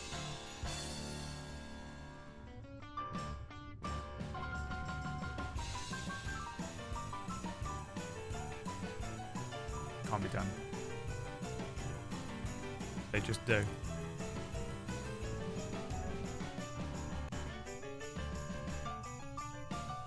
A 12 +3, a 15.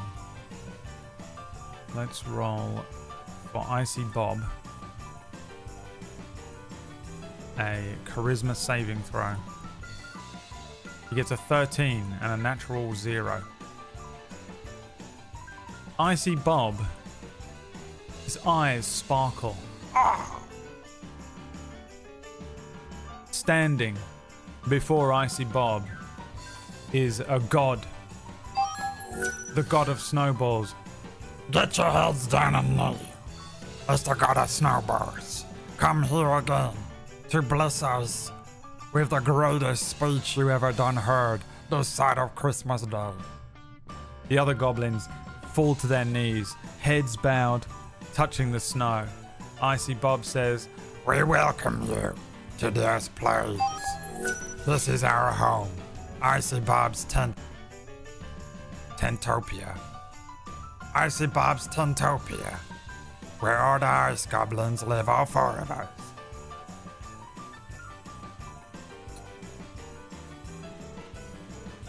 Please, bless us with your speech. what should Lyri's speech be about? You guys know it's not flat. That's how goblins sound in this. Leprechaun, thank you for the 10 gift subs. Shadow and Insta Rage gifting another one as well. Another 3 and another 5. Behind where the goblins are, Gary starts sneaking around and collecting the scattered gifts. The speech should be about the holiday season of giving. The speech should be about... Good God, I cannot fucking copy paste on this website. It's so annoying to try and copy paste things from the chat room. About brother fight of goblins. Yep. How capitalism is the downfall of society. The true meaning of Christmas. A speech about keeping Christ out of Christmas. How cold he is right now. The joy of snowballs. Something about a snowman. Goodwill and peace for all goblin kind. Or the A10 Thunderbolt. Choice is yours.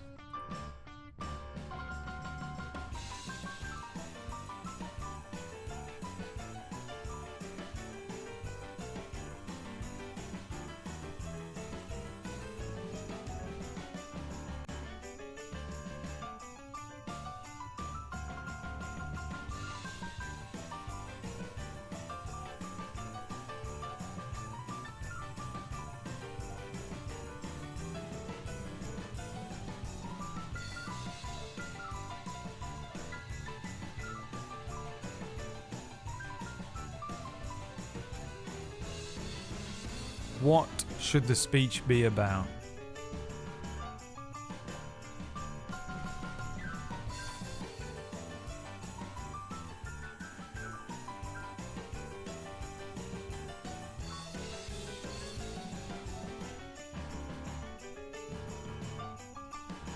The A10 Thunderbolt.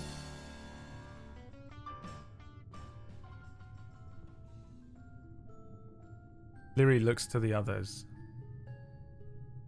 Gary sneaking around, collecting the presents that are scattered around the area while the goblins aren't looking. Lancelot shrugging a little. Lyri realizing they need to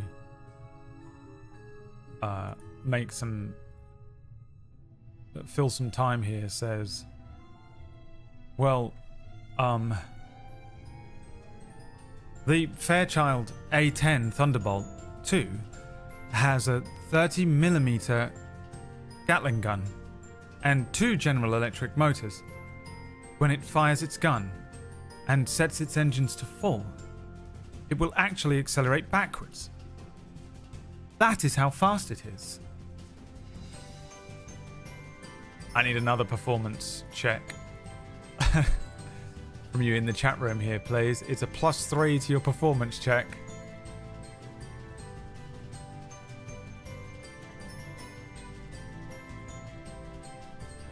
Gary looking perplexed. Lancelot more confused than ever.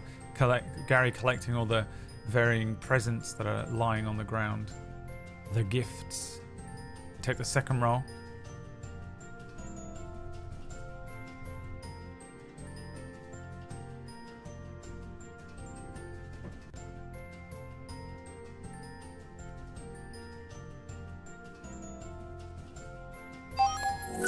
Damn, Bew. How many spins have we got?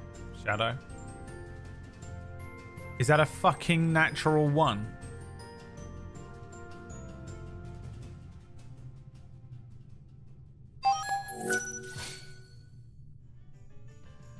Yours ain't the god of snowballs. The goblin looks up. Icy Bob. The 3 ice goblins. They see Gary. Hands on one of the gifts. Oh shit. We're busted. I've got all the gifts.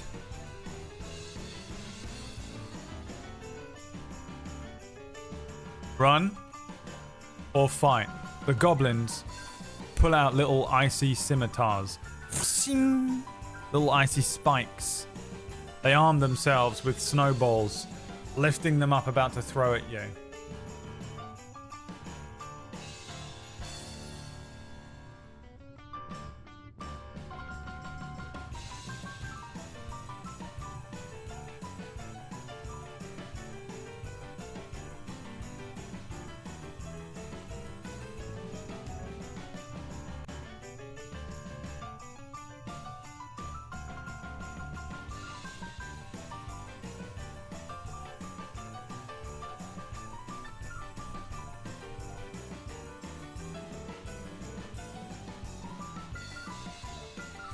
Plan is to run.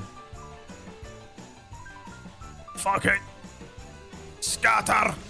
Gary starts running, throwing the last of the gifts into his sack. He starts running. Lyri looks at Lancelot. I suppose run. Lancelot nods and starts running. The 3 start running from the goblins. The goblins giving chase. Suddenly, overhead, snowballs launching as Lyri, Lancelot, and Gary run away. Leaving the tented area, there is a pretty wide open clearing here. There's an option to really go 2 paths. You can go over an ice-covered hill straight ahead, or you can take a narrow path to the left, winding through some trees. The hill is kind of direct, but it's slippery. It might give you the speed advantage if you're successful, or if you're able to successfully slide down this hill away from the goblins. Alternatively, you could move in through a bunch of winding trees. It's much harder to navigate, but would provide cover from the snowballs. What does Lyri do? The options are the ice-covered hill straight ahead, the narrow path winding through the trees. Running, Lyri kind of takes the lead here. Oh, which way do we go, Lyri? The goblins Get 'em, boys. We'll eat them for supper and freeze the rest.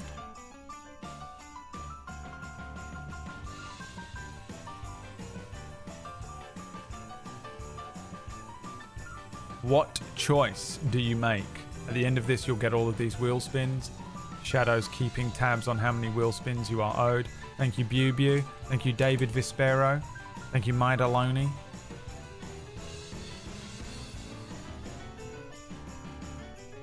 The choice is yours. The narrow path through the trees, the ice-covered hill.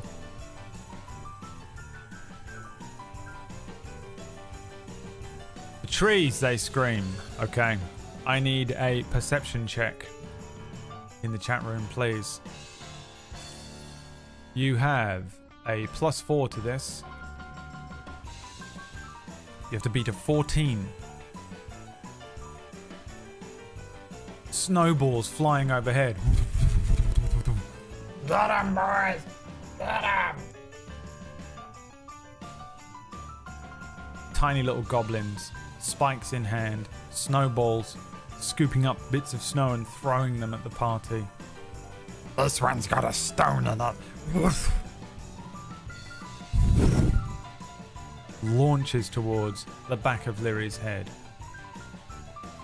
As the group dive to the left in through some winding trees. A 19. The goblins lose track, chasing into the trees. Can't see 'em, boss. Where did they go? Doesn't matter. There's only one way they can go. Downhill. Keep running. The snowballs cease and stop with the goblins losing sight of you temporarily. Lyri, Gary, Lancelot come launching out the other side of these trees. Having gotten a bit of a head start on the goblins, you come to a frozen stream. The goblins closing in behind you. Where are they? They gotta be down by the stream by now. You have an option. What does Lyri do? Now, you can cross the stream directly. It's a short path, but the ice does look unstable, this frozen stream. Or you can try running alongside the stream. It's a longer route, but the snow provides better footing. Dash across the unstable looking ice, or take the longer route with the snow providing better footing. The goblins will probably catch up with you if you pick two. With one, you might lose them entirely.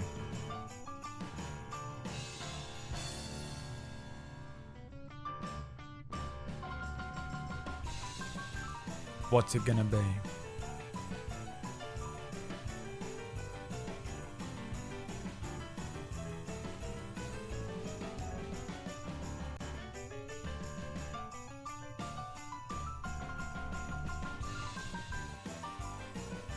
The choice is yours.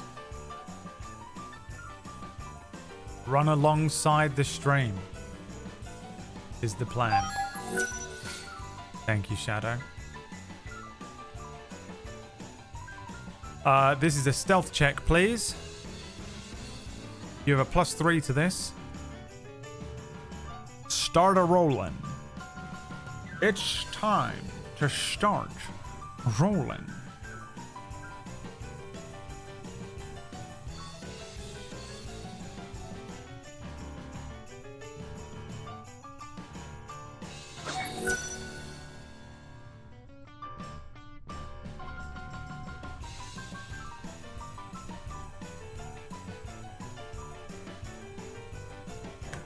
Anonymous gifting subs as well. Thank you very much. Anonymous one. What did you get? A 2? No, you're still rolling. Take the second roll.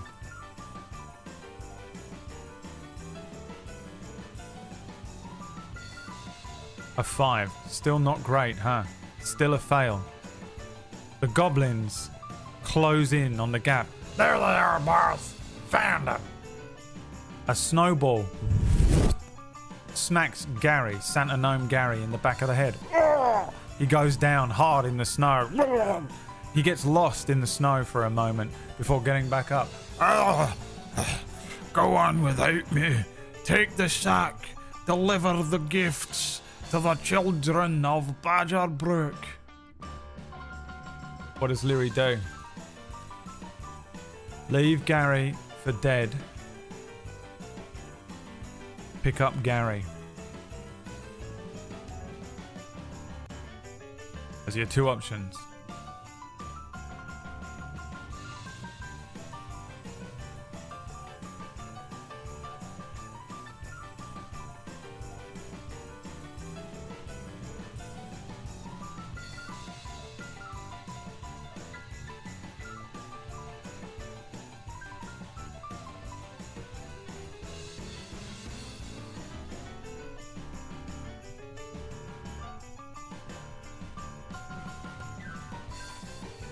A unanimous vote so far. And wait for this to suddenly transform into 1 minute, even though it's never actually a minute. Unanimous. Leary reaches down and grabs Gary, hefting him up over one shoulder. A snowball comes in, boom, striking Leary in the side of the head. And then another one strikes Lancelot, dealing 5 cold damage to Leary and 7 cold damage to Lancelot. And then they start running again.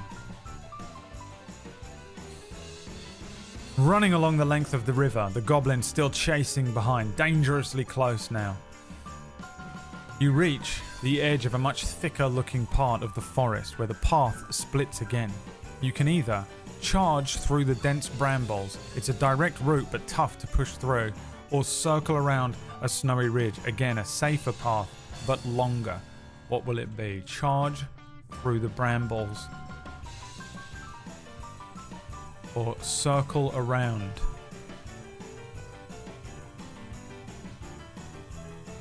The snowy ridge. Brambles being a direct route but tough to push through. The snowy ridge, a safer path but longer. The goblins chasing after them. I'm gonna eat the snow god's dick. It ain't the snow god. I was a liar. We're gonna eat him anyway, though.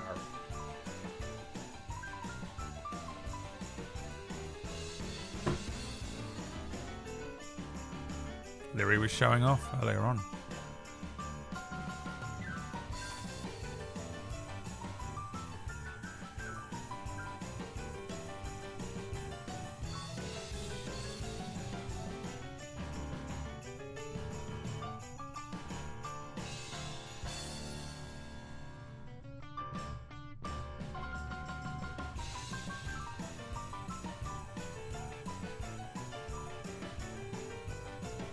Charge through the dense brambles is the plan here. This is an athletics check, please. You have a +3. You have to beat a 15.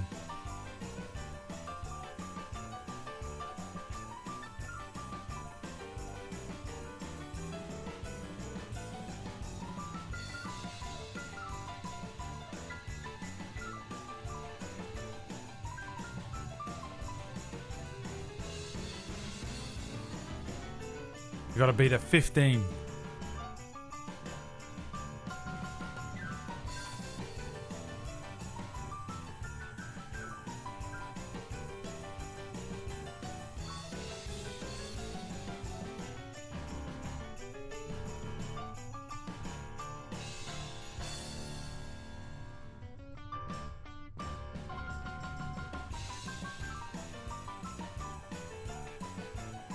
What'd you get, a 12? Ooh, and you have a +3 to this?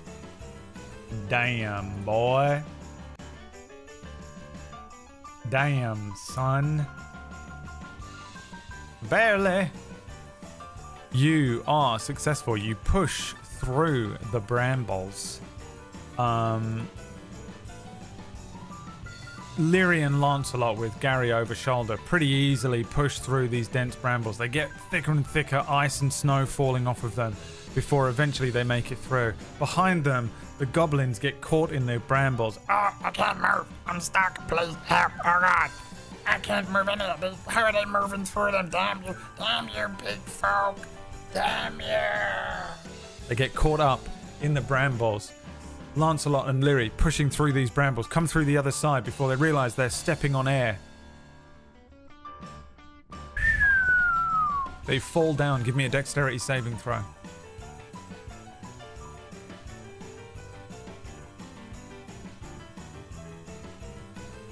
And I'm going to make one for Lancelot too.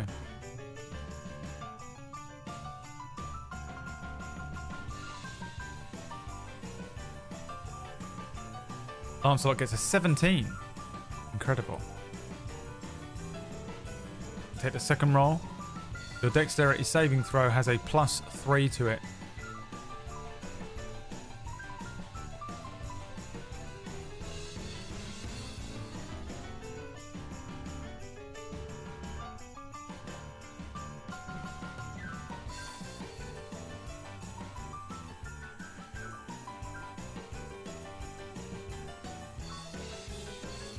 A 2. That's a fail. 1d6 bludgeoning damage coming up. 4. You're down to 7 HP as you fall down. Down. Why was that so unbelievably quick? How that... You fall off of this edge. Whoa! Lancelot turns over in the air and does a superhero landing, a 3-point. Looks up as Leary lands into the snow behind. Gary, on Leary's shoulders, rolls off of the back of the shoulders and lands on the sack of gifts. Oh. Okay. Is everyone doing alright? That's when you hear it.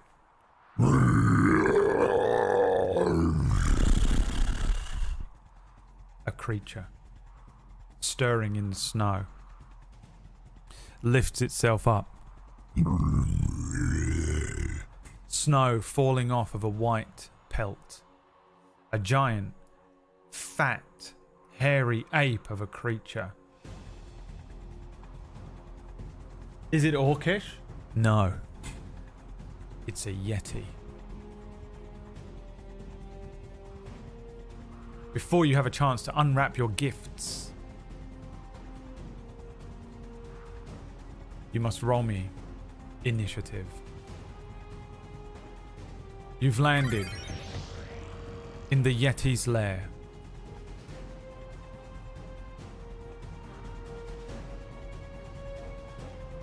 It is time to face the Yeti. It goes on a 15. Lancelot.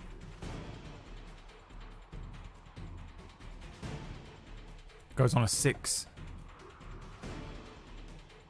We'll take the second roll from you. Your initiative is +3.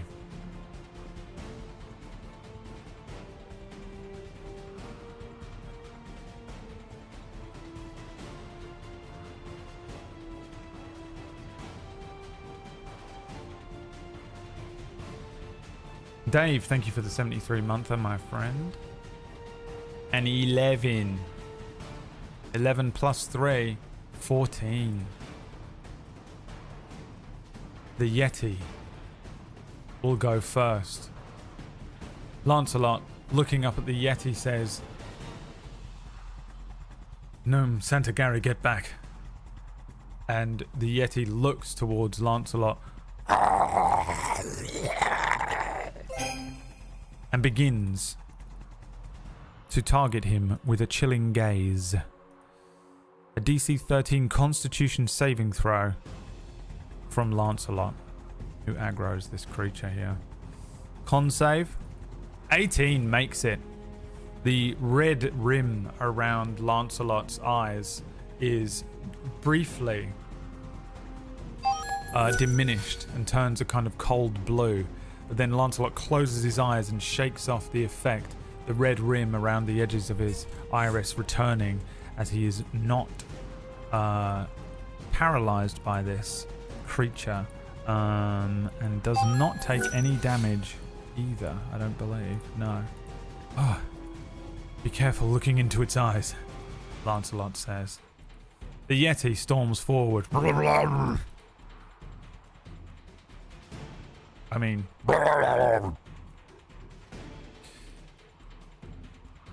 100 reached. Thank you very much, everyone.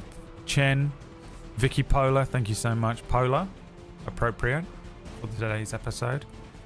We will do all of the spins if you're able to defeat the Yeti. It is now Lyri's turn. Creature is within melee range. What does Lyri do? Now, of course, I'll put on the standard options first. Attack melee. Attack ranged. Here's how we're going to do this, by the way. Whichever attack you do first is the form that you take. Action surge. Well, we don't want to do that yet. Disengage, run away. Use scroll wind wall. Move without disengaging. Activate dodge. Activate potion of temporary HP and any other creative options in the chat room here. Use the force to grab our lightsaber from the snow and cut its arm off. Thunder, thank you for the 70. How you doing? Second wind we will do. This is your action, not your bonus action. Throw jingle bells in the Yeti's mouth to choke it. Climb on top of it. Those are your options. What would you like to do? Attack with a melee weapon. Attack with a ranged weapon. Disengage. Use the scroll. Move without disengaging. Dodge. Use a potion of temporary HP. Use the force to grab our lightsaber from the snow and cut its arm off. Throw jingle bells in the Yeti's mouth to choke it. Or climb on top of it.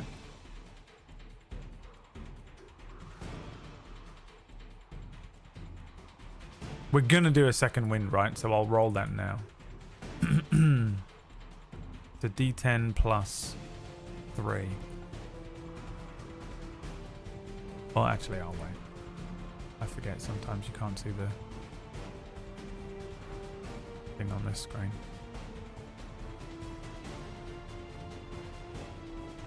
A potion of temporary HP. Okay. Drinking the potion. Glug, glug, glug.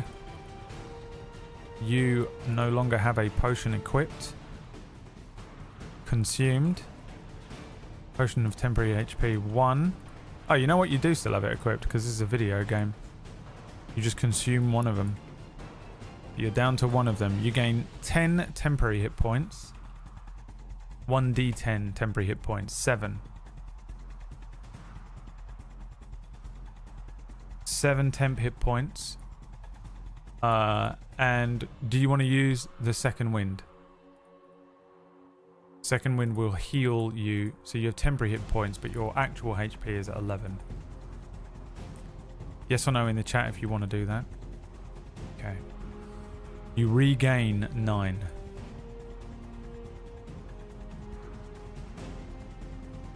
I wonder if... Can I make this represent temporary hit points? No.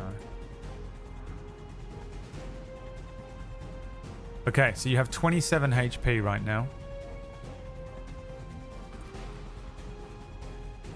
And would you like to move? Yes or no? If you move, the creature will get an attack of opportunity on you. Well, actually, I guess you can do this. Here we go. We'll do this. Move. Action surge. +1 action. Do you have an action surge? Yes.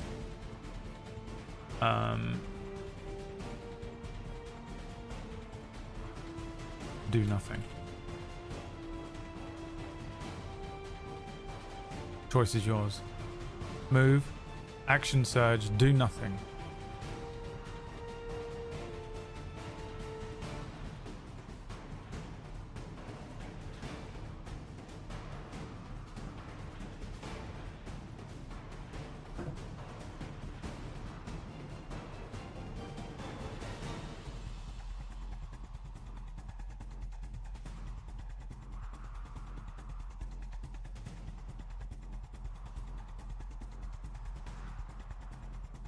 Action surge. Okay. And what are you doing with the action surge? You have the option to attack melee with the rapier, attack with the longbow, use the scroll, use the dodge action, which means anything attacking you has disadvantage.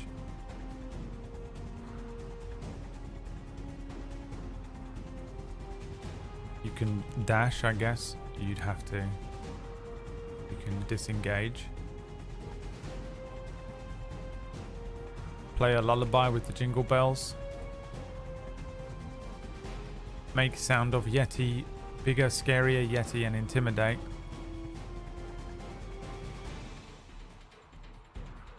Use candy cane to pin its legs. The choice is yours.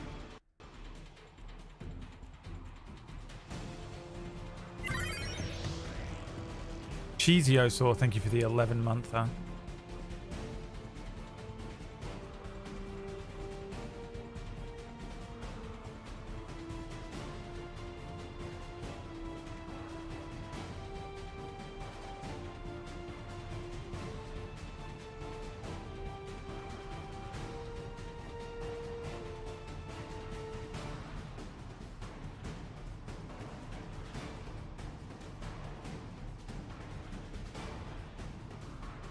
Wow, 3 options. Attack, disengage, use the candy cane to pin its leg. I'm going to roll a d3.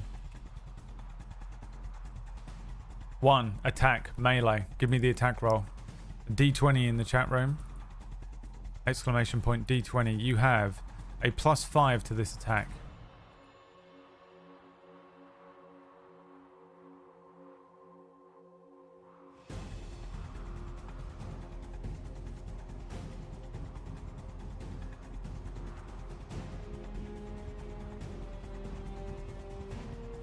Take the second roll.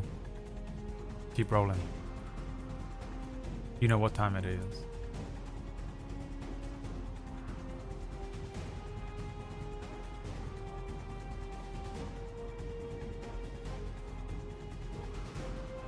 A fucking natural 20. God dang.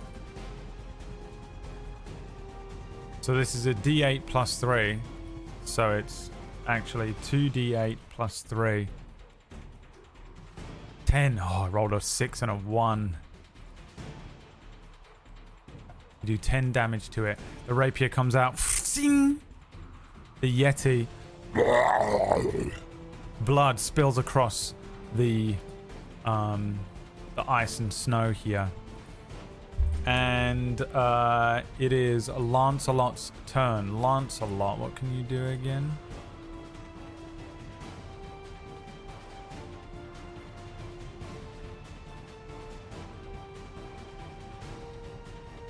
Compelled duel.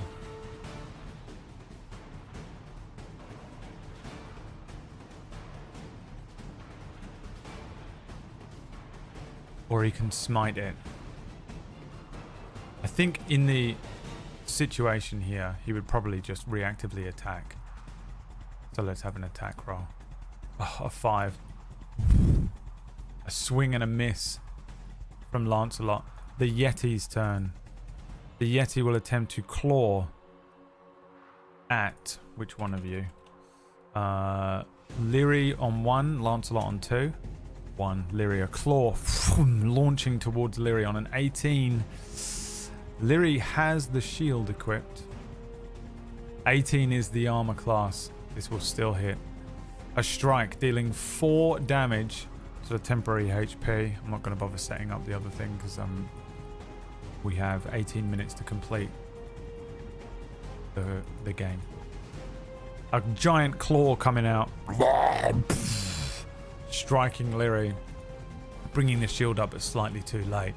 It is now Lyri's turn. What does Lyri do? Same options? Why not?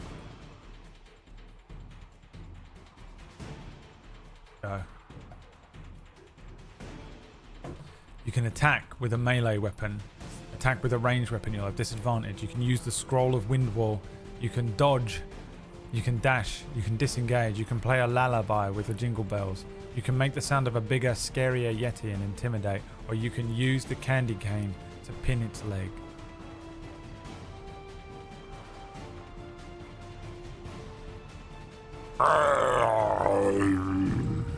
Gary looks towards the nest behind the Yeti and sees a bunch of gifts in there. Oh! There's all the gifts. This little bastard's the thing that took them. Or at least some of them. Dodging underneath an enormous paw, Leary says, "That's great. We'll deal with that in a minute." Time to attack again. Give me the attack roll. With the melee weapon that you have equipped, the rapier, it's a +5.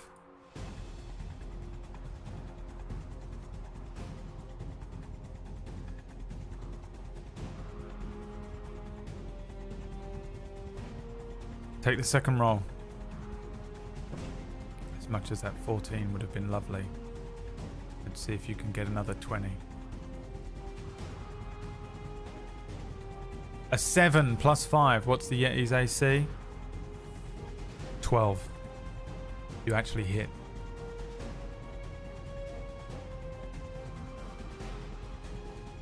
What is it? A D8 plus. You know, I'm just going to do this. 11. Another wound. Lancelot will attempt to strike with Arundite. A 10, a miss. Swinging this huge weapon around while he is proficient with it. He ain't got nothing on Leary. The Yeti turns its chilling gaze once more towards Leary. I need a con save, please, from Leary.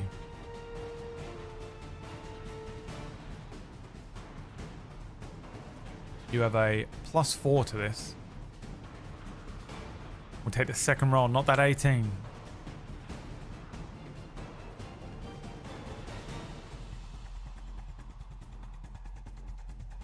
A natural 1.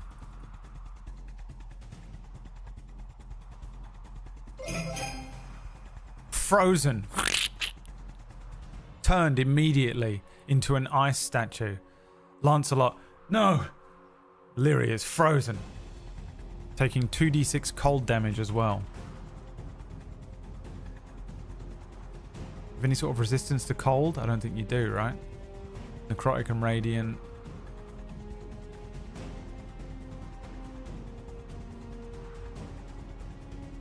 And then you don't have anything. You have a mantle of spell resistance.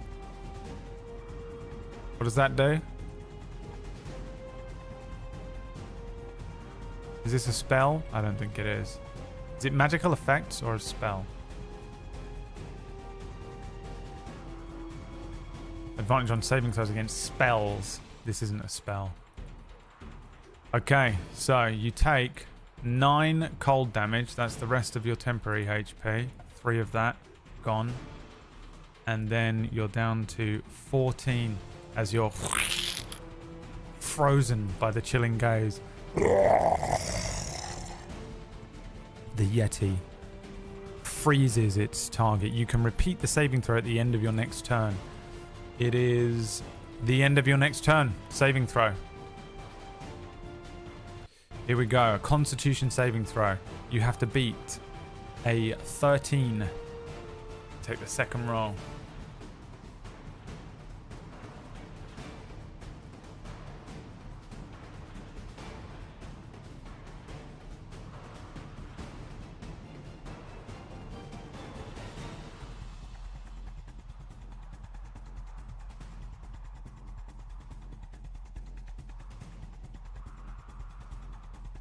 An 11 +4. You break free of it. But it is the end of your turn. Lancelot going to try and strike again. A 19. This time he slashes the creature in the back. To me, you big ape. doesn't have any idea what a Yeti is. The Yeti will attempt to strike at one of you again. A D2, one being Leary. 2, swings for Lancelot this time. A 14 is a miss. Lancelot dodging back, bringing up the back of his armor as the huge claw runs down the resplendent armor along Lancelot's back, bringing us to Leary's turn once again. What does Leary do? I'll give you these same options once more, because they're all good. Attack. Use a scroll. Dodge, dash, disengage. Play a lullaby. Make the sound of a bigger, scarier Yeti, or use the candy cane to try and pin its leg.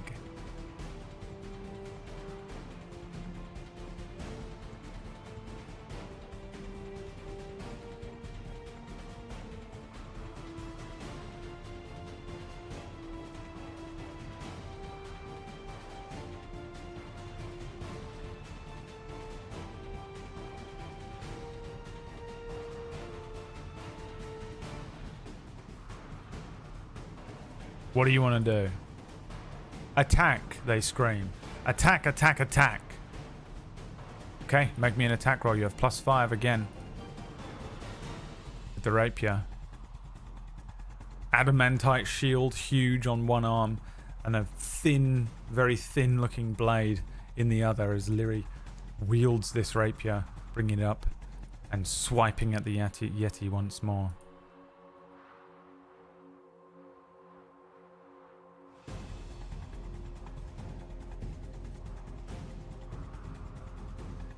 A 14 is a hit.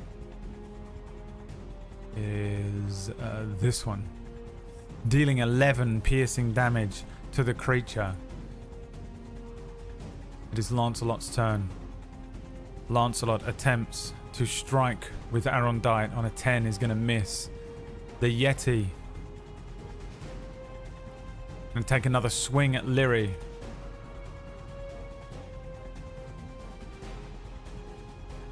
On a 19 is going to hit, I think, right? AC of 18. Striking Leary, dealing 4 slashing and 4 cold damage. An 8 in total. Would you like to use Gary's signature move? Yes. No.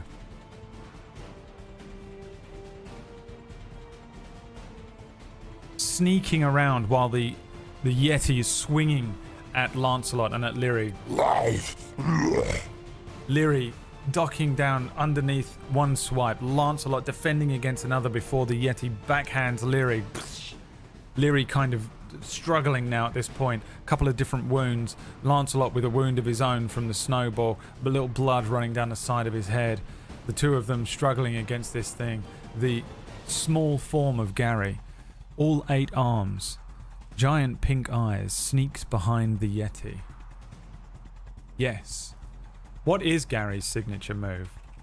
What signature move does Gary use?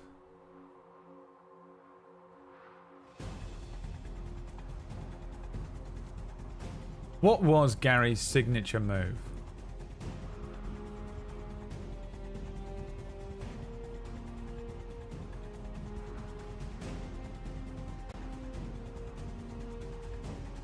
Touch of death. Turn into a draft horse. Stab in the balls. Throw a present. Dancing. Go west. The choice is yours. Touch of death, turn into a draft horse, stab in the balls, throw a present, dancing, go west.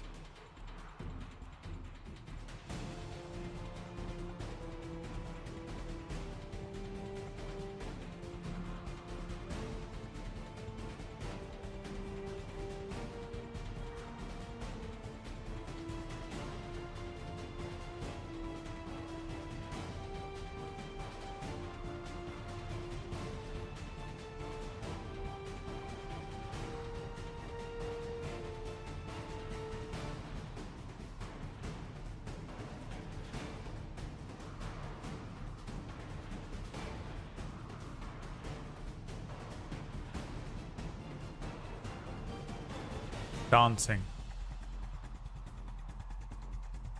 Gary says, Check this out. and you turn around, and Gary's doing one of these. Gary's standing there. All three of them turn around. Leary, Lancelot, and the Yeti. And Gary's doing this.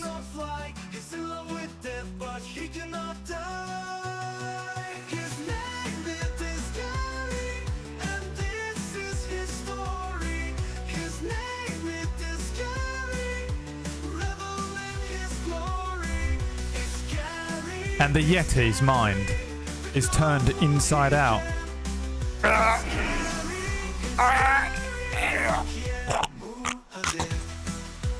His eyes explode from his head.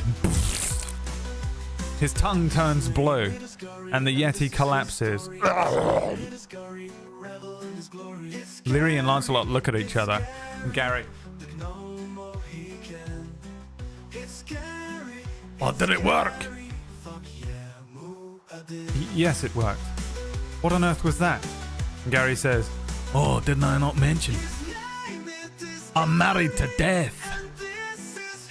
Nobody steals Gary's presents. I'm from Glasgow.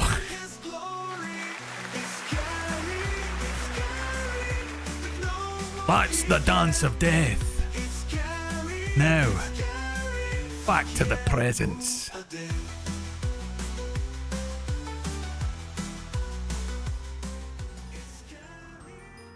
Gary starts gathering up the presents and throwing them over his back. That one's for you, that one's for you, this one's for the children, that one's for the children, throwing them in his sack. We've not got long.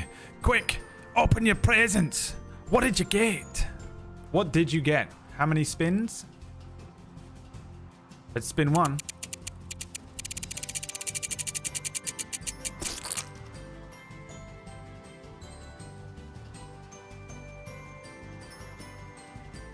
A magic item. Roll a d20, chat. We take the first answer every time. You got 5 minutes to complete the game. A 19. A holiday lantern.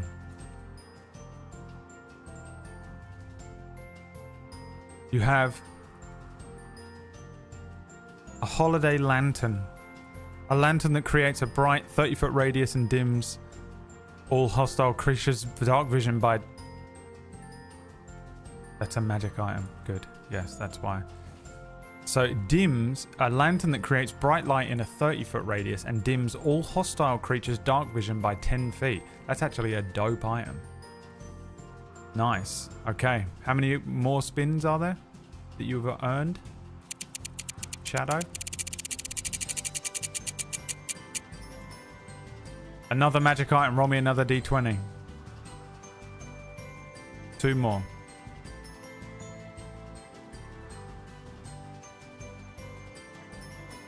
A 10. You get the Ornament of Fire.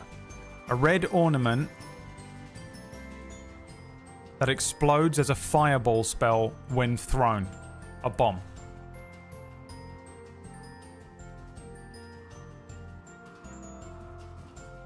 I'm just going to let you keep the lantern is just equipped because it's very mild what it does. 100 is a double, yeah. So 2 more now. You also get a normal item. Roll me a d20, chat. Take the first one.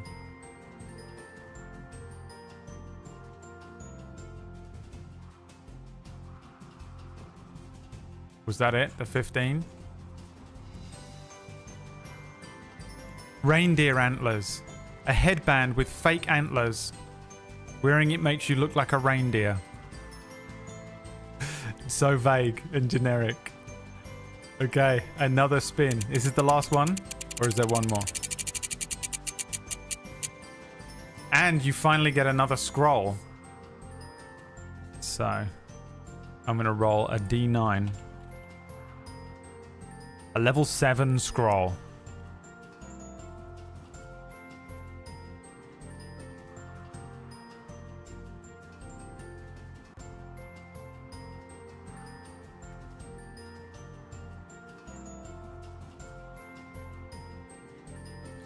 Power word pain. What does that do? You speak a word of power that causes waves of intense pain to assail one creature you can see within range. If the target has 100 hit points or fewer, it is subject to crippling pain. Otherwise, the spell has no effect. While the target is affected by crippling pain, any speed it has can be no higher than 10 feet. The target also has a disadvantage on attack rolls, ability checks, saving throws, other con save throws. Finally, if the target tries to cast a spell, it must first succeed on a con saving throw, or the casting fails and the spell is wasted. So, do you want to take Keep Wind Wall? Which scroll? Keep Wind Wall. Take our word pain, and I will tell you how many years did we say it was that you get of this before you vote. The vote's up, but if you want to wait a second you can, because there's a rule. It's 10 minus the spell level, so you'd have 3 casts of this. You've got 1 cast of Wind Wall remaining.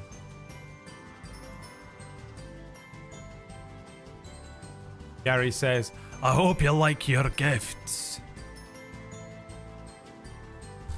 Larry says, a lot of this is very useful.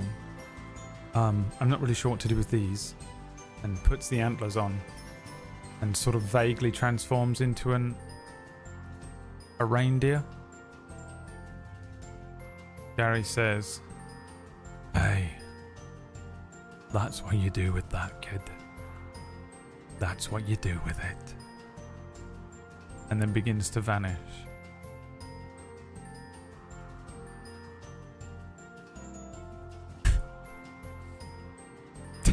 Yeah, does the nodding smile as it zooms in and begins to disappear,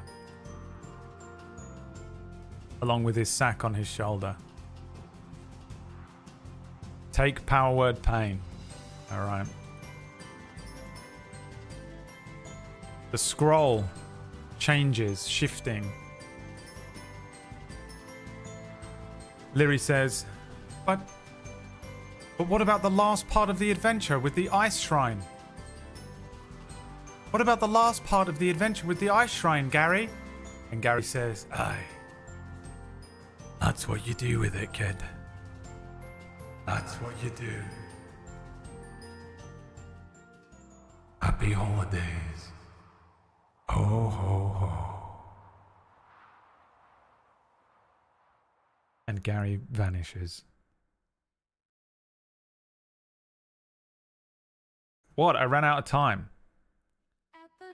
I ran out of time. What do you want me to do? I chipped in a laid an egg. A world was born from What do you- and magic I have to go. in my head. Annoyingly. It got a bit unfair, Tune in so next is it Christmas thought you for the see? ice shrine. The pre-prepared ice shrine. Tempted bliss for everyone achieved a foolery. If this campaign is still going by next Christmas, I promise to God it will be an ice shrine. Do not let me forget. Guys, thank you for tuning in. This song was created by Shadow the Rat God. Thank you everyone for the gift subs, for the resubs, for a couple of donations in there as well, which don't really go towards anything in the game, but I appreciate it anyway. I hope you had fun. We got to see Gary again. We kind of got to see Death again as well. And yeah, this has been really fun to run this year. I've really enjoyed doing it, and we're going to continue doing it. We'll be doing it next Sunday. D&D is on Sundays. We're going to return to the Crossroads Tavern and Snotflap and sort of continue Lyri's journey next Sunday.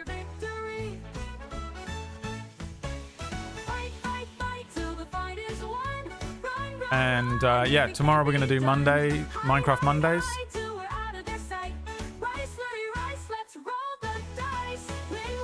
I hope you had fun. And I'll see you guys on the flippity flip. I've got to run because I've got to eat and get to my sister's house in like 45 minutes. So Rise, Kill me. rise, it's Christmas time. kill me. Santa Gary save his hide. Have a wonderful rest of your day, boys. And I'll see you tomorrow or next Sunday for more D&D. Goodbye, everyone. And Ho ho ho. Merry Christmas and happy holidays, even if you don't celebrate it like me, Gary. Goodbye. Forever. Goodbye.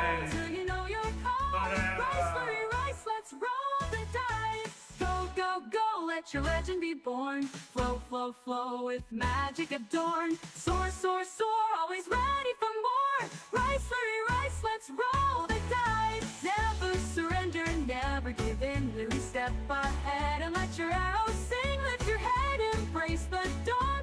Ready to rise. Rice, Leary, rice, let's roll the dice.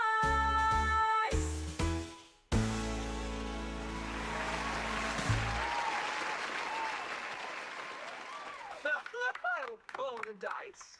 At the